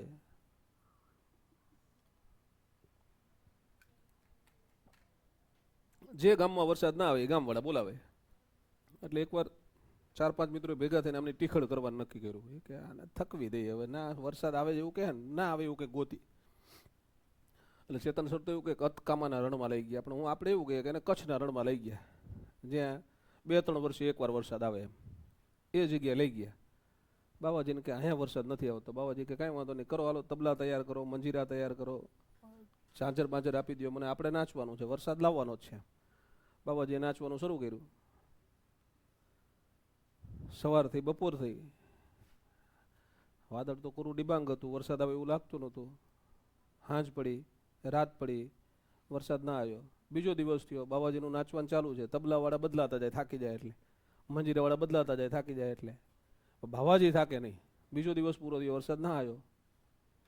ત્રીજો દિવસ પૂરો થયો, વરસાદ ના આવ્યો, એટલે બધાને ખબર પડી કે હવે બાવાજી હમણાં ચક્કર ખાઈને પડશે ને મરશે, હવે આ ખાસ ટકશે એવું લાગતું. ચોથો દિવસ થયો, 5મો દિવસ થયો, 6ઠા દિવસે સવારમાં આકાશમાં ચહલ પહલ શરૂ થઈ, વાદળાઓ બંધાવાના શરૂ થયા, બાબાજીનું નાચવાનું ચાલુ જ છે. 6ઠ્ઠો દિવસની બપોર થઈ, કાળા ડિબાંગ વાદળા થયા. 6ઠ્ઠા દિવસે રાત્રે ફૂલ વરસાદ આવ્યો, અનરાધાર વરસાદ આવ્યો, અને બાબાજી પાછા ફેમસ નહીં, વર્લ્ડ ફેમસ થઈ ગયા. બીજે દિવસે સવારમાં બધા એને બાબાજીને ઇન્ટરવ્યુ લેવાનું ચાલુ કર્યા કે એવું તો તમારામાં શું છે કે તમે નાચો એટલે વરસાદ આવે છે? એટલે બાબાજીએ જવાબ આપ્યો કે મારામાં એટલી તાકાત છે, હું નાચવાનું શરૂ કરું અને વરસાદ ના આવે ને તો ના આવે ને ત્યાં સુધી હું નાચું. આવવાનો તો છે જ ને વરસાદ ગમે ત્યારે, તો ત્યાં સુધી હું નાચું, મૂકું નહીં. એમ તમે મૂકો નહીં તો પાસ થાવ જ. અમુક તો શું નહીતર શું થતું ખબર છે, બેચ શરૂ થાય ને ત્યારે વિદ્યાર્થીઓ આવે, બેચ શરૂ થાય ત્યારે 3 આંકડામાં વિદ્યાર્થીઓ એડમિશન લીધા હોય, 100 વિદ્યાર્થીઓ હોય બેચમાં.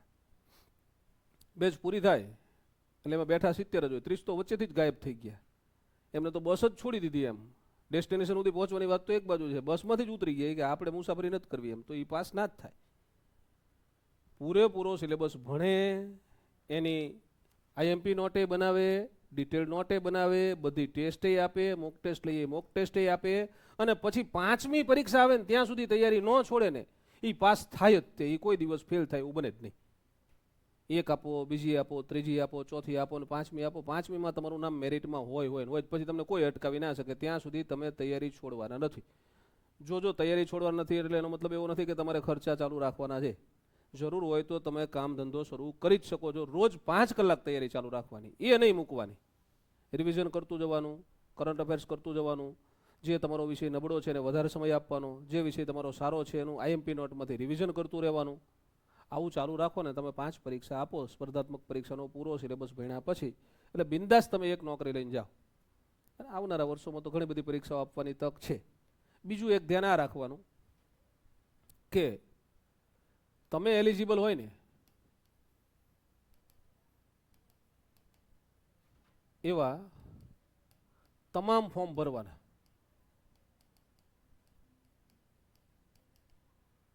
માની લો કે હું એમએ ઇંગ્લિશ છું, આ મારી લાયકાત છે, બરાબર, ઇંગ્લિશ સબ્જેક્ટ સાથે મેં એમએ કર્યું છે.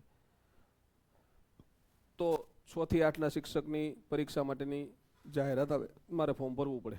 9-10 માટે આવે, મારે ફોર્મ ભરવું પડે. 11-12 માટે આવે, મારે ફોર્મ ભરવું પડે. પ્રિન્સિપાલ માટે આવે અને અનુભવવાળી હોય ને મારી પાસે અનુભવ છે તો મારે ફોર્મ ભરવું પડે. ટ્રાન્સલેટર માટે આવે, પછી ટ્રાન્સલેટરની સાહેબ 3 જ જગ્યા આવી છે. આ વખતે ટ્રાન્સલેટરની ક્યાંક વેકેન્સી આવી હતી, 3 જ જગ્યા હતી. સાહેબ 3 જગ્યામાં થોડું ફોર્મ ભરાય કે તમારી પાસે લાયકાત છે હા કે ના? તમે એલિજિબલ છો તો કે હા છીએ એલિજિબલ. તો આમાં તમારે કેટલી જગ્યા જોઈએ? તો 2 તો વધે, એટલે ફોર્મ ભરાય જ. તમે એલિજિબલ છો એવી ગમે તે પોસ્ટ આવે, તમે તૈયારી કરો છો એ બધી જ પોસ્ટ માટે ફોર્મ ભરવાના. એકેય પોસ્ટ મૂકવાની નહીં. સેન્ટ્રલ ગવર્મેન્ટ હોય તોય ભરવાની, રાજ્ય સરકાર હોય તોય ભરવાની, ક્લાસ 1-2 હોય તોય ભરવાની. કારણ કે અમુક વાર મૂંઝાઈ જાય. અમુક એમ કે સાહેબ આ તો અકાઉન્ટ ઓફિસર છે, એવો છે, ક્લાસ 2 કહેવાય, મારી તો એવી તૈયારી નથી, મારે આ ફોર્મ ના ભરાય. તને વાંધો શું છે ભાઈ? પરીક્ષા આપવા જવાની, નપાસ થઈશ તો જ્યાં છું ત્યાં છું. તમે કદાચ માની લો કોઈ પરીક્ષાની અંદર તમે ફોર્મ ભર્યું, તમે ફેલ થયા, તમને નુકસાન શું જાય? પાસ થયા તો? અને એવા કેટલાય ઉદાહરણ છે જે તલાટીની પરીક્ષા પાસ નહોતા કરી શકતા ને એ અત્યારે સીટીઓ છે, અકાઉન્ટ ઓફિસર છે, આરએફઓ છે, એસીએફ છે. કારણ કે એમાં કમ્પિટિશન મર્યાદિત થઈ જાય છે, એટલે લોકો ફોર્મ નથી ભરતા. ઓછી જગ્યા હોય તોય ફોર્મ નથી ભરાતા. એનો તમારે લાઈવ ડેમો જોવો તો હું અત્યારે જ આપું તમને. ગઈ વખતે તલાટીની ને જુનિયર ક્લર્કની 2 પરીક્ષા આવી હતી 2022માં. તલાટી હતી, જુનિયર ક્લર્ક હતી. તમારામાંથી તલાટીની પરીક્ષા આપી હતી ગઈ વખતે એવા કેટલા છે? હાથ ઊંચો કરો. તલાટીની પરીક્ષા આપી બધા હાથ ઊંચો કરે. જેને ગયા વખતે તલાટીની પરીક્ષા આપી હતી હાથ ઊંચો કરજો, હરકી રીતે મને ગણી શકાય. 5, 10, 4, 14, સરસ. ગઈ વખતે જુનિયર ક્લર્કની પરીક્ષા હતી, એની સાથે છે. એની પરીક્ષા આપી હોય હાથ ઊંચો કરે. ઓકે, સરસ. 8, 9, 10 જણા છો. તલાટીમાં વધારે છે, જુનિયર ક્લર્કમાં ઓછા છે. ખાલી જુનિયર ક્લર્કમાં હાથ ઊંચો કર્યો, એમને તલાટી કેમ નથી આપી? અત્યારે જુનિયર ક્લર્કમાં હાથ ઊંચો કર્યો તમે, સીસી નહીં, જુનિયર ક્લર્ક એટલે હું જ કઈ જુનિયર ક્લર્ક કહું છું, તલાટીની સાથે આવી હતી એ આપી હતી. તલાટી જુનિયર ક્લર્ક 2 આપી. તલાટીમાં હાથ ઊંચો કર્યો તો જુનિયર ક્લર્કમાં કર્યો હતો. ઓકે, સરસ. તો જો તલાટીમાં જેટલા હતા એના કરતાં જુનિયર ક્લર્કમાં ઓછા છે. તલાટીમાં 14 જણાએ હાથ ઊંચો કર્યો, જુનિયર ક્લર્કમાં 9 કે 10 જણાએ હાથ ઊંચો કર્યો છે. આવું કેમ? બેના ફોર્મ સાથે જ ભરાણા હતા, બેની પરીક્ષા લગભગ નજીક જ હતી, બેની ક્વોલિફિકેશન સેમ જ હતી, બેનો અભ્યાસક્રમ પણ સેમ હતો. તો આવું કેમ થયું હશે? જેને તલાટી આપી હતી જુનિયર ક્લર્ક નથી આપી, એવા અમુક મિત્રો અહીંયા છે. એવા કોણ કોણ છે જેને તલાટી આપી હતી જુનિયર ક્લર્ક નથી આપી? હાથ ઊંચો કરો તો. કેમ નથી આપી? એટલે ફોર્મ ભર્યું જ તમે. એટલે એવું નહીં કરવાનું, દૂર હોય તો પરીક્ષા દેવા જવાનું. કારણ કે ઘણી બધી વખત એવું હોય તમને ખબર ના હોય, ન જાણ્યું જાનકી નાથે સવારે શું થવાનું છે. તમારું ભવિષ્ય ક્યાં લખાયેલું છે એ આપણને ખબર નથી હોતી. મને કોઈ દી સપનામાં ગાંધીનગર આવતું નહોતું કે હું ગાંધીનગર જઈશ, એવું મેં ક્યારેય વિચાર્યું નહોતું. હું 33 વર્ષે અહીંયા નોકરીએ લાગ્યો હતો. એના પહેલા મેં 2 સરકારી નોકરી કરી લીધી હતી, આ 3જી નોકરી હતી.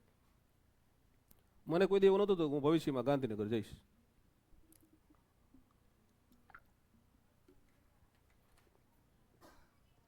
પણ મારું ભવિષ્ય તો ગાંધીનગરમાં જ હતું. મને ગાંધીનગરમાં બોલાવતું હતું ગાંધીનગર, એટલે મેં ખાલી 6 જગ્યા હતી એમાં ફોર્મ ભર્યું હતું.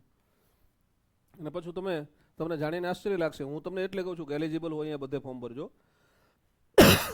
આ ફોર્મ મારે નહોતું ભરવાનું. આ ફોર્મ ભરવાનો વિચાર મને નહોતો આવ્યો. પણ મારો મિત્ર છે, પરવેઝ નામ છે એનું, સુરેન્દ્રનગરમાં અત્યારે પ્રાઇવેટ સ્કૂલમાં પ્રિન્સિપાલ છે. એને મને ફોન કર્યો, મને કે મહેશ, આજના ગુજરાત સમાચારમાં જાહેરાત આવી છે, જીપીએસની પરીક્ષા છે, ટ્રાન્સલેટરની જગ્યા છે, એનું ફોર્મ ભરવું હોય તો કે. એટલે મેં એક કામ કર, રવિવારે તું જાહેરાત લઈને તારા બધા ડોક્યુમેન્ટ લઈને મારા ઘરે આવી જા, આપણે જોઈ લઈએ એમ.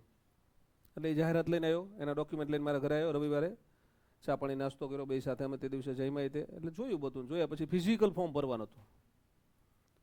ફિઝિકલ ફોર્મ ભરવાનું હતું ને એની સાથે ડોક્યુમેન્ટ એરેન્જ કરીને મોકલવાનું હતું. ત્યારે ફિઝિકલ જીપીએસસીમાં ફોર્મ ફિઝિકલ ભરાતા હતા. તો ફોર્મ ફિઝિકલ ભર્યું અમે, એનું ભર્યું એટલે મારું ભર્યું. એનું ફોર્મ ભરી દીધું. એટલે મને કહે તું ભરી દે ને કે આપણે બે ભેગા જઈશું એમ. એટલે હાલો ભરી દઈએ, કાંઈ વાંધો નહીં. એ નવું ડિસ્કવર લાવ્યો અત્યારે.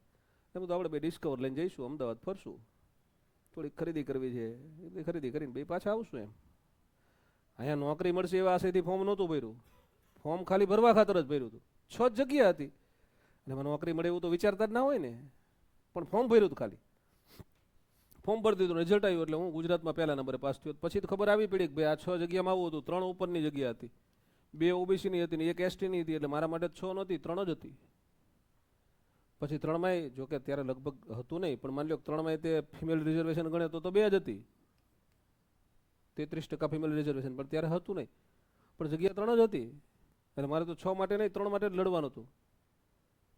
મારું પેપર સારું ગયું, હું ગુજરાતમાં પ્રથમ નંબરે પાસ થયો અને મેં નોકરી પછી આમાં 9 વર્ષ કરી. પણ મેં ફોર્મ જ ન ભર્યું હોત તો હું પાસ નહોતો થવાનો ને. એટલે તમે જ્યાં જ્યાં એલિજિબલ હોય, તમારી પાસે લાયકાત છે એવી કોઈ પણ વેકેન્સી આવે, પટ્ટાવાળાને આવે ને તો ફોર્મ ભરી દેવાનું. ભલે પાસ થઈએ ને તો નોકરી કરવા ના જાવ હોય ન જતા. પરીક્ષા પાસ કરીને તમારી પાસે ઓર્ડર આવ્યો એવું જિંદગીભર કહી તો એકો ને તમારે પછીની જનરેશનને બતાવે કે તાર બાપો પાસ થયો. જો આ મારી પાસે મારા ઓર્ડર બધા પડ્યા છે કે નોકરી કરી હતી એમ. 3 નોકરી આપણે કરી હતી ને એના સિવાયના બીજા ઓર્ડર હતા, જ્યાં જવું હોય તો જવાયું હતું. એચઆર પ્રિન્સિપલમાં હું સિલેક્શન લિસ્ટમાં આવતો હતો, પણ મારી પાસે લીગલ અનુભવ નહોતો. ઇલીગલી રેડી કરીને જવું હોય તો હું પ્રિન્સિપલ બની જતો હતો, પણ એના કરતાં મને સારી નોકરી મળવાની જ હતી પાછળ, હાયર સેકન્ડરી એના કરતાં ઊંચા પગારવાળી. તો આપણે કીધું નથી જવું. માર્ક્સ હતા મારા, સારા માર્ક્સ હતા. જિલ્લામાં પહેલા, બીજા, 3જા નંબરે પાસ થયો હતો. સરકારી નોકરી પ્રિન્સિપલની મળી જતી, નહોતી લીધી મેં. તો તમે એલિજિબલ હોય એવી કોઈ પણ વેકેન્સી આવે તો તૈયારી કર્યાનો એને જ લાભ મળ્યો કહેવાય. તમે તૈયારી કરો છો ને એનો પૂરેપૂરો લાભ લીધો કહેવાય.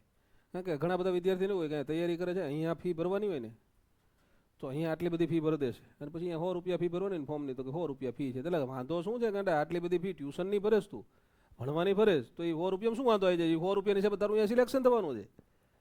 પરીક્ષા આપવા જઈશ, જ્યારે ઓછી વેકેન્સી હોય ને ત્યારે તમારે નોટ કરવું હોય તો નોટ કરજો, ચેક કરવું અહીંયા ચેક કરજો. બહુ ઓછા ફોર્મ ભરાય છે, કારણ કે બધાની માનસિકતા આવી છે સાહેબ 26 જગ્યા છે કે એમાં શું કામ ફોર્મ ભરવાનું? ગાંડા, તારા સિવાય બીજા 25 જણા નોકરી મળવાની, તારે તો એક જ જોઈએ છે. મારી પાસે મને એવાય અઢળક ઉદાહરણ યાદ છે. 4-5 મિત્રો તો સીધા નામ સાથે યાદ આવે મને. એક જ જગ્યા હોય ને ફોર્મ ભર્યું હોય અને નોકરી મળી હોય ને એને ઓળખતો હોય, પાછો પર્સનલી ફોર્મ ભર્યું હોય એ મને ખબર હોય ને, પરીક્ષા આપવા ગયો એ ખબર હોય ને, ઇન્ટરવ્યૂ આપવા ગયો એ ખબર હોય. સિંગલ જગ્યા હોય, એક જ જગ્યામાં ફોર્મ ભરીને સિલેક્ટ થાય, એક જ વ્યક્તિ સિલેક્ટ થાય ડાયરેક્ટ. તો તો ક્યાંક એક જગ્યા હોય ને તો એ તમારા માટે હોય એવું બની શકે છે.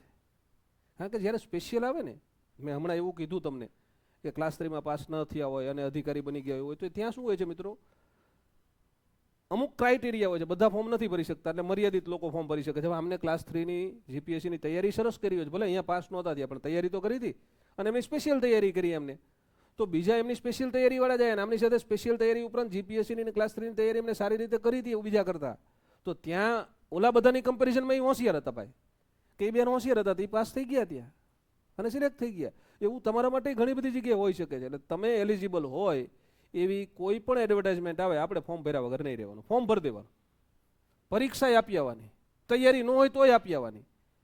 કારણ કે કેટલી વખત એવું થયું છે 40 માર્કે મેરિટ અટકેલા છે, 100માંથી 40 માર્કે, 40ની અંદર જોયા છે મેં. ગઈ વખતે તલાટીમાં એક્સ આર્મી મેન ને વિધવા ને એ બધામાં તો 12 15 17 હા 12 15 17 માર્કે મેરિટ અટકા છે. અહીંયા નોકરી મળી ગઈ હોય, આપણે પરીક્ષા જ ના આપી હોય તો ક્યાંથી મેર આવે? આપી હોય તો મેર આવે ને, એટલે આપી દેવાની. એલિજિબલ હોય બધા ફોર્મ ભરવાના, બધી જ પરીક્ષા આપવાની, તૈયારી ડેડિકેશન સાથે કરવાની. તમે ધારો ને એવું રિઝલ્ટ તમને મળશે, ચોક્કસ મળશે. હવે તમને આને લગતા કાંઈ પણ પ્રશ્ન હોય તો મને 10 મિનિટ સુધી તમે પૂછી શકો છો, બધાને હું જવાબ આપું છું. પછી હું ભણાવવા આવીશ ને ત્યારે તમને ઇંગ્લિશ ભણાવીશ. મારો સબ્જેક્ટ અંગ્રેજી ગ્રામર છે, હું તમને ઇંગ્લિશ ગ્રામર ભણાવીશ.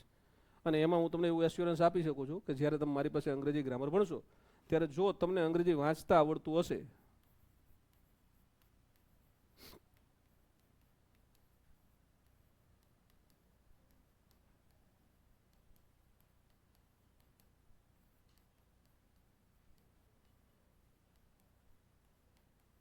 આવડે જ 100%, બરાબર ને? તમે કોઈ તામ્રપત્ર ઉપર સુવર્ણપત્ર ઉપર હું લખી દઈશ, જેને અંગ્રેજી વાંચતા આવડે છે અને મારા બધા લેક્ચર ભરે છે, અંગ્રેજીનો અભ્યાસક્રમ પૂરો થાય પછી તમે એવું કહેશો કે સાહેબ મારું અંગ્રેજી સુધરી ગયું છે. હું એવું નથી કહેતો કે આમ અપ ટુ ડેટ થઈ જશે, પણ જેની ક્ષમતા 0ની છે એ 5 માર્કે પહોંચશે. 15 માર્કનું અંગ્રેજી હોય તો એ 0ની જગ્યાએ 5 લાવશે.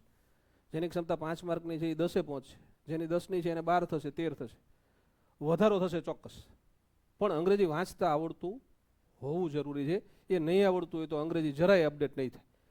કારણ કે શેડ નહીં ને તમારી પાસે અંગ્રેજી, એટલે મેં બોર્ડ ઉપર વાક્ય લખ્યું એ જ તમને વાંચતા નથી આવડતું, તો વળી પાછું એમાં પ્રક્રિયાઓ કરું અને પછી બીજું વાક્ય લખું. હું પહેલું જ વાંચતા ના આવડતું, બીજું ક્યાંથી આવી ક્યાં ખબર પડે?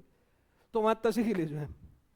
બધાને આવડતું જ હશે, એના વાંચતા ના આવડતું એવું કોઈ હોય નહીં, પણ એ ન આવડતું હોય તો અંગ્રેજી ના આવડે, બાકી અંગ્રેજી આવડી જ જાય, એ હું શીખવી દઈશ, બરાબર ને? ચલો, પ્રશ્ન કાંઈ હોય તો પૂછો, અને કોઈ પણ પ્રશ્ન પૂછી લેવાની છૂટી હોય, કાંઈ પણ તમને જ્યાં મૂંઝારો થતો હોય એ મને, આપણા લેક્ચરો આવશે ત્યારે રોજે રોજે તમને આ છૂટી આપીશ, પણ આજ તો સ્પેશિયલ એના માટે જ આવ્યા છીએ એટલે સ્પેશિયલ છૂટી છે. અને હવે પાછું શું છે, મેં એવું નક્કી કર્યું છે કે હું સામાન્ય રીતે અહીંયા પહેલાં તમને ઓછો મળતો હતો ઓફલાઈનમાં, હવે અઠવાડિયામાં 5 દિવસ હું સવારમાં 8:30 9 વાગ્યાથી લઈ અને બપોર 1 વાગ્યા સુધી અહીંયા જ બેઠો છું ઓફિસમાં, સેકન્ડ ફ્લોરની ઓફિસમાં જશું. અને પછી તમને ગમે ત્યારે મળવા આવવાની ઈચ્છા થાય તો તમે મને રૂબરૂ મળી શકો છો. સવારના સમયે હું અહીંયા હશું છું, બરાબર? ચલો, કાંઈ પણ પ્રશ્ન હોય તો બિંદાસ પૂછવાની છૂટી છે. લાગુ પડશે એટલે જ નવો આવ્યો છે. હા, કરાવીશું. હા બિલકુલ નહીં, આપણે કરાવીશું, પણ તમને, તમારે તો કરવાની જ છે, પણ તમને માની લો કે થોડો અભ્યાસક્રમ તમારો જીકે વાળો ને લેંગ્વેજ વાળો પૂરો થાય ને પછી હું તમને વર્ણનાત્મકના લેક્ચર પણ અહીંયા આપીશ. તો રોજ લખવાની પ્રેક્ટિસ કરવાની. તમે ભણો છો એ તમે લખો, એ રાઇટિંગની પ્રેક્ટિસ જ છે બેટા. તમે માની લો કે અત્યારે તૈયારી કરો છો ને, ક્લાસ 3ની તમારી ડિસ્ક્રિપ્ટિવની પ્રેક્ટિસ કરવી છે, તો તમને આજે તમે શું ભણ્યા?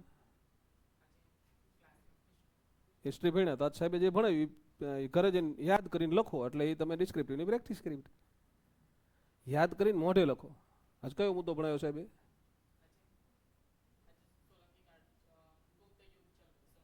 ઓકે, ગુપ્ત યુગ ચલાવ્યો સાહેબે.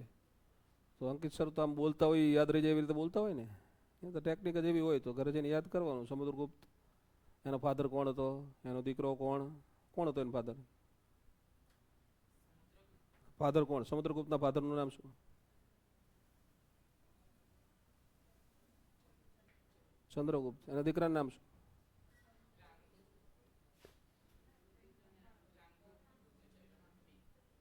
ચંદ્રગુપ્ત બીજો. એના દીકરાનું નામ? હા, બે, બરોબર. ચંદ્રગુપ્ત બીજો વધારે ફેમસ થયો, એમાંથી વિક્રમાદિત્ય નામ તરીકે ફેમસ થયો, અને પછી એને દિલ્હીમાં લોહ સ્તંભ બનાવ્યો, અને એની હાઇટ આટલી ને એનો વજન આટલો, અને તો બધું યાદ રાખીને તમે લખો ઘરે જઈને, તો એ ડિસ્ક્રિપ્ટિવની પ્રેક્ટિસ થઈ. બરાબર ને? ગુપ્ત યુગનો સમયગાળો શું છે, ક્યાંથી શરૂઆત થઈ, કોને શરૂઆત કરી, આ બધું પેનથી લખવાનું, યાદ કરવાનું બેટા. એ જીકે ડિસ્ક્રિપ્ટિવ થયું ક્લાસ 3 માટે. જીપીએસસી માટે ડિસ્ક્રિપ્ટિવની અલગ એંગલ હોય. જો હજી 100% કન્ફર્મ નથી, નહીં જ આવે એવું, અને 100% કન્ફર્મ નથી કે આવશે જ એવું, અસમંજસમાં છે, ફાઇલ ફરે છે એટલે તે જાહેરાત નથી આવી. એ ફાઇનલાઇઝ થઈ જાય એટલે તરત એની જાહેરાત કરી દેશે કે ભાઈ સિલેબસ આવો છે. 2 તબક્કા છે સામાન્ય રીતે, એ તો નક્કી છે. પ્રિલિમ પછી મેન્સ આવશે એ નક્કી છે. મેન્સ એમસીક્યુ વાળી આવશે કે વર્ણનાત્મક એ નક્કી નથી ને, એ લગભગ વર્ણનાત્મક આવે એવી શક્યતા પૂરેપૂરી છે, એટલે જ ફાઇલ ફરે છે. નહીં તો ડિસ્ક્રિપ્ટિવ વાળું તો પહેલાં નક્કી થઈ ગયું હતું, પણ એમાં અમુક સજેશનો આવ્યા કે આવું કંઈક હોય, પ્રમોશન તમને સારા મળવાના એમાંથી સીધા, તો ડિસ્ક્રિપ્ટિવ એડ કરો. તો ડિસ્ક્રિપ્ટિવ એડ થાય તો એનાથી તમે મૂંઝાશો તો મેર નહીં આવે. મૂંઝાશો તો તમે માનસિક અત્યારે જ હાર સ્વીકાર લીધી છે. જોજો, વર્ણનાત્મક પરીક્ષા આવે અને તમે હાર સ્વીકારી લો, એમ આખું ગુજરાત હાર સ્વીકારી લે છે. એટલે એમાં જ આપણે ઊભું રહેવાનું છે ટોપ ઉપર, કે આપણે તો ગમે એ આવે પાસ કરવાની. અને એ પછી વર્ણનાત્મક આવે તો હું તમને અહીંયા વર્ણનાત્મક કરવાનો, તમારે જરાય ચિંતા નથી કરવાની. તમને ડિસ્ક્રિપ્ટિવ ગુજરાતી ને અંગ્રેજી બિંદાસ અહીંયા પૂરેપૂરું ભણાવવામાં આવશે. એમાં કંઈ બાકી નહીં રાખીએ આપણે. જે આવશે, જે કંઈ પ્રમાણની પેટર્ન આવશે આપણે અહીંયા ભણાવીશું. ચાલો પછી પ્રશ્નો હોવા જરૂરી છે. જે ભણે એને પ્રશ્ન હોય, ભણે નહીં ને એને પ્રશ્ન ના હોય. નહીંતર શું થાય ખબર, તમે પ્રશ્ન ના પૂછો ને તો એ ભગવદ્ ગીતાના પાઠ છે એવું લાગે. અમે ભગવદ્ ગીતાના વક્તા છીએ.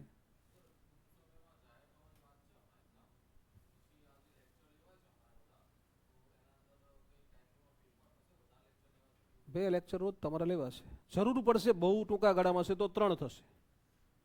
અત્યારે 2 લેક્ચર છે ને, જે નવા મિત્રો આવ્યા એને શું છે, આગળ જે સબ્જેક્ટ પૂરો થયો છે ને એ આખો અલગથી નવેસરથી શરૂ થશે. એટલે આપણે એડમિશન એવી રીતે જ આપીએ છીએ. તમારા અત્યારે જે મિત્રો ડેમો ભરે છે ને એમનું ગુજરાતી વ્યાકરણ ગૌતમ સરવાળું ચાલુ થશે, ગૌતમભાઈ પ્રજાપતિવાળું. પછી અંકિત સરનો હિસ્ટ્રી પૂરું થાય ને પછી તમારા પાછા બીજા 2 સબ્જેક્ટ શરૂ થશે. એટલે એ સાયકલ ચાલુ રહેશે. ને પરીક્ષા વહેલા આવશે તો એ તમારી ચિંતા નથી, એ અમારી ચિંતા છે ખરેખર. મારે તમને સમયસર સિલેબસ પૂરો કરી દેવો જોઈએ, હું કરી દઈશ. પ્રિલિમ મેન્સ 2 તબક્કા છે ને, વર્ણનાત્મક પછી છે, તો આપણે પહેલાં આરામથી પહેલાં પ્રિલિમ વાળું ભણશું. પ્રિલિમ પૂરી કરીને તરત જ વર્ણનાત્મક વાળું ભણીશું. ગાળો વધારે છે તો પ્રિલિમ ને વર્ણનાત્મક 2 સાથે ચલાવીશું. બરાબર? એ એની ડેટ ઉપરથી આપણે ડિસાઇડ કરીશું.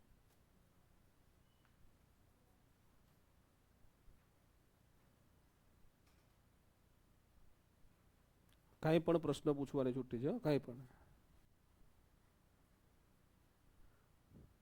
અહીંયા તમે ફી ભરો છો ને, તમારે ડાઉટ સોલ્વ કરવાની ફી ભરો છો. દરેક વિષયમાં ધ્યાન રાખજો.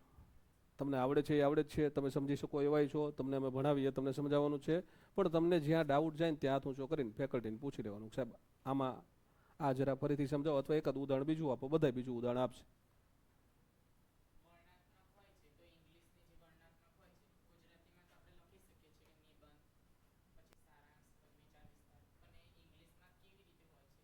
એવી જ રીતે હોય, જેવી રીતે ગુજરાતીમાં લખ્યું હોય તો ઇંગ્લિશમાં લખવાનું હોય.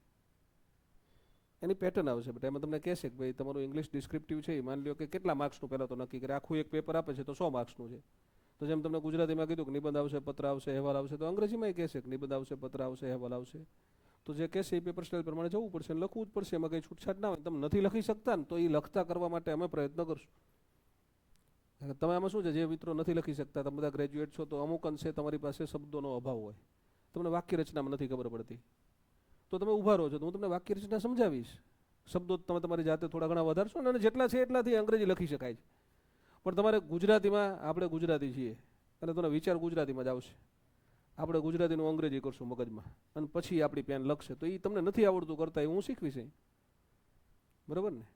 તને ગુજરાતીમાં વિચાર આવ્યો કે ભારત એક પ્રજાસત્તાક દેશ છે, હવે એનું અંગ્રેજી લખવું છે, તો નથી આવડતું, તો એ બધું કરતાં હું શીખવીશ. ભારતને ભારત કહેવાય ખબર પડે, પ્રજાસત્તાકને શું કહેવાય? રિપબ્લિક કહેવાય, દેશને શું કહેવાય? કન્ટ્રી કહેવાય. તો હવે એને કેમ ગોઠવવાનું ગુજરાતીમાં અંગ્રેજી કરીને, એ બધું હું શીખવીશ.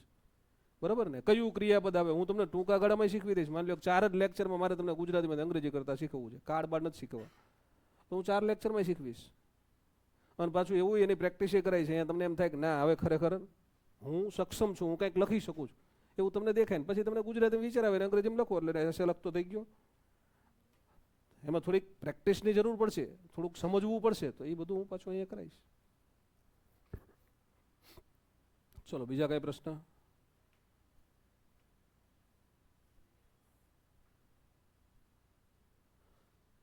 જો મેઇન્સ આવે ને તો એમાં મૂંઝાવણ નહીં, મેઇન્સ આવે ને એક જોતા તમને સમજાય નહીં, પણ તમારા માટે સારી બાબત કહેવાય. અને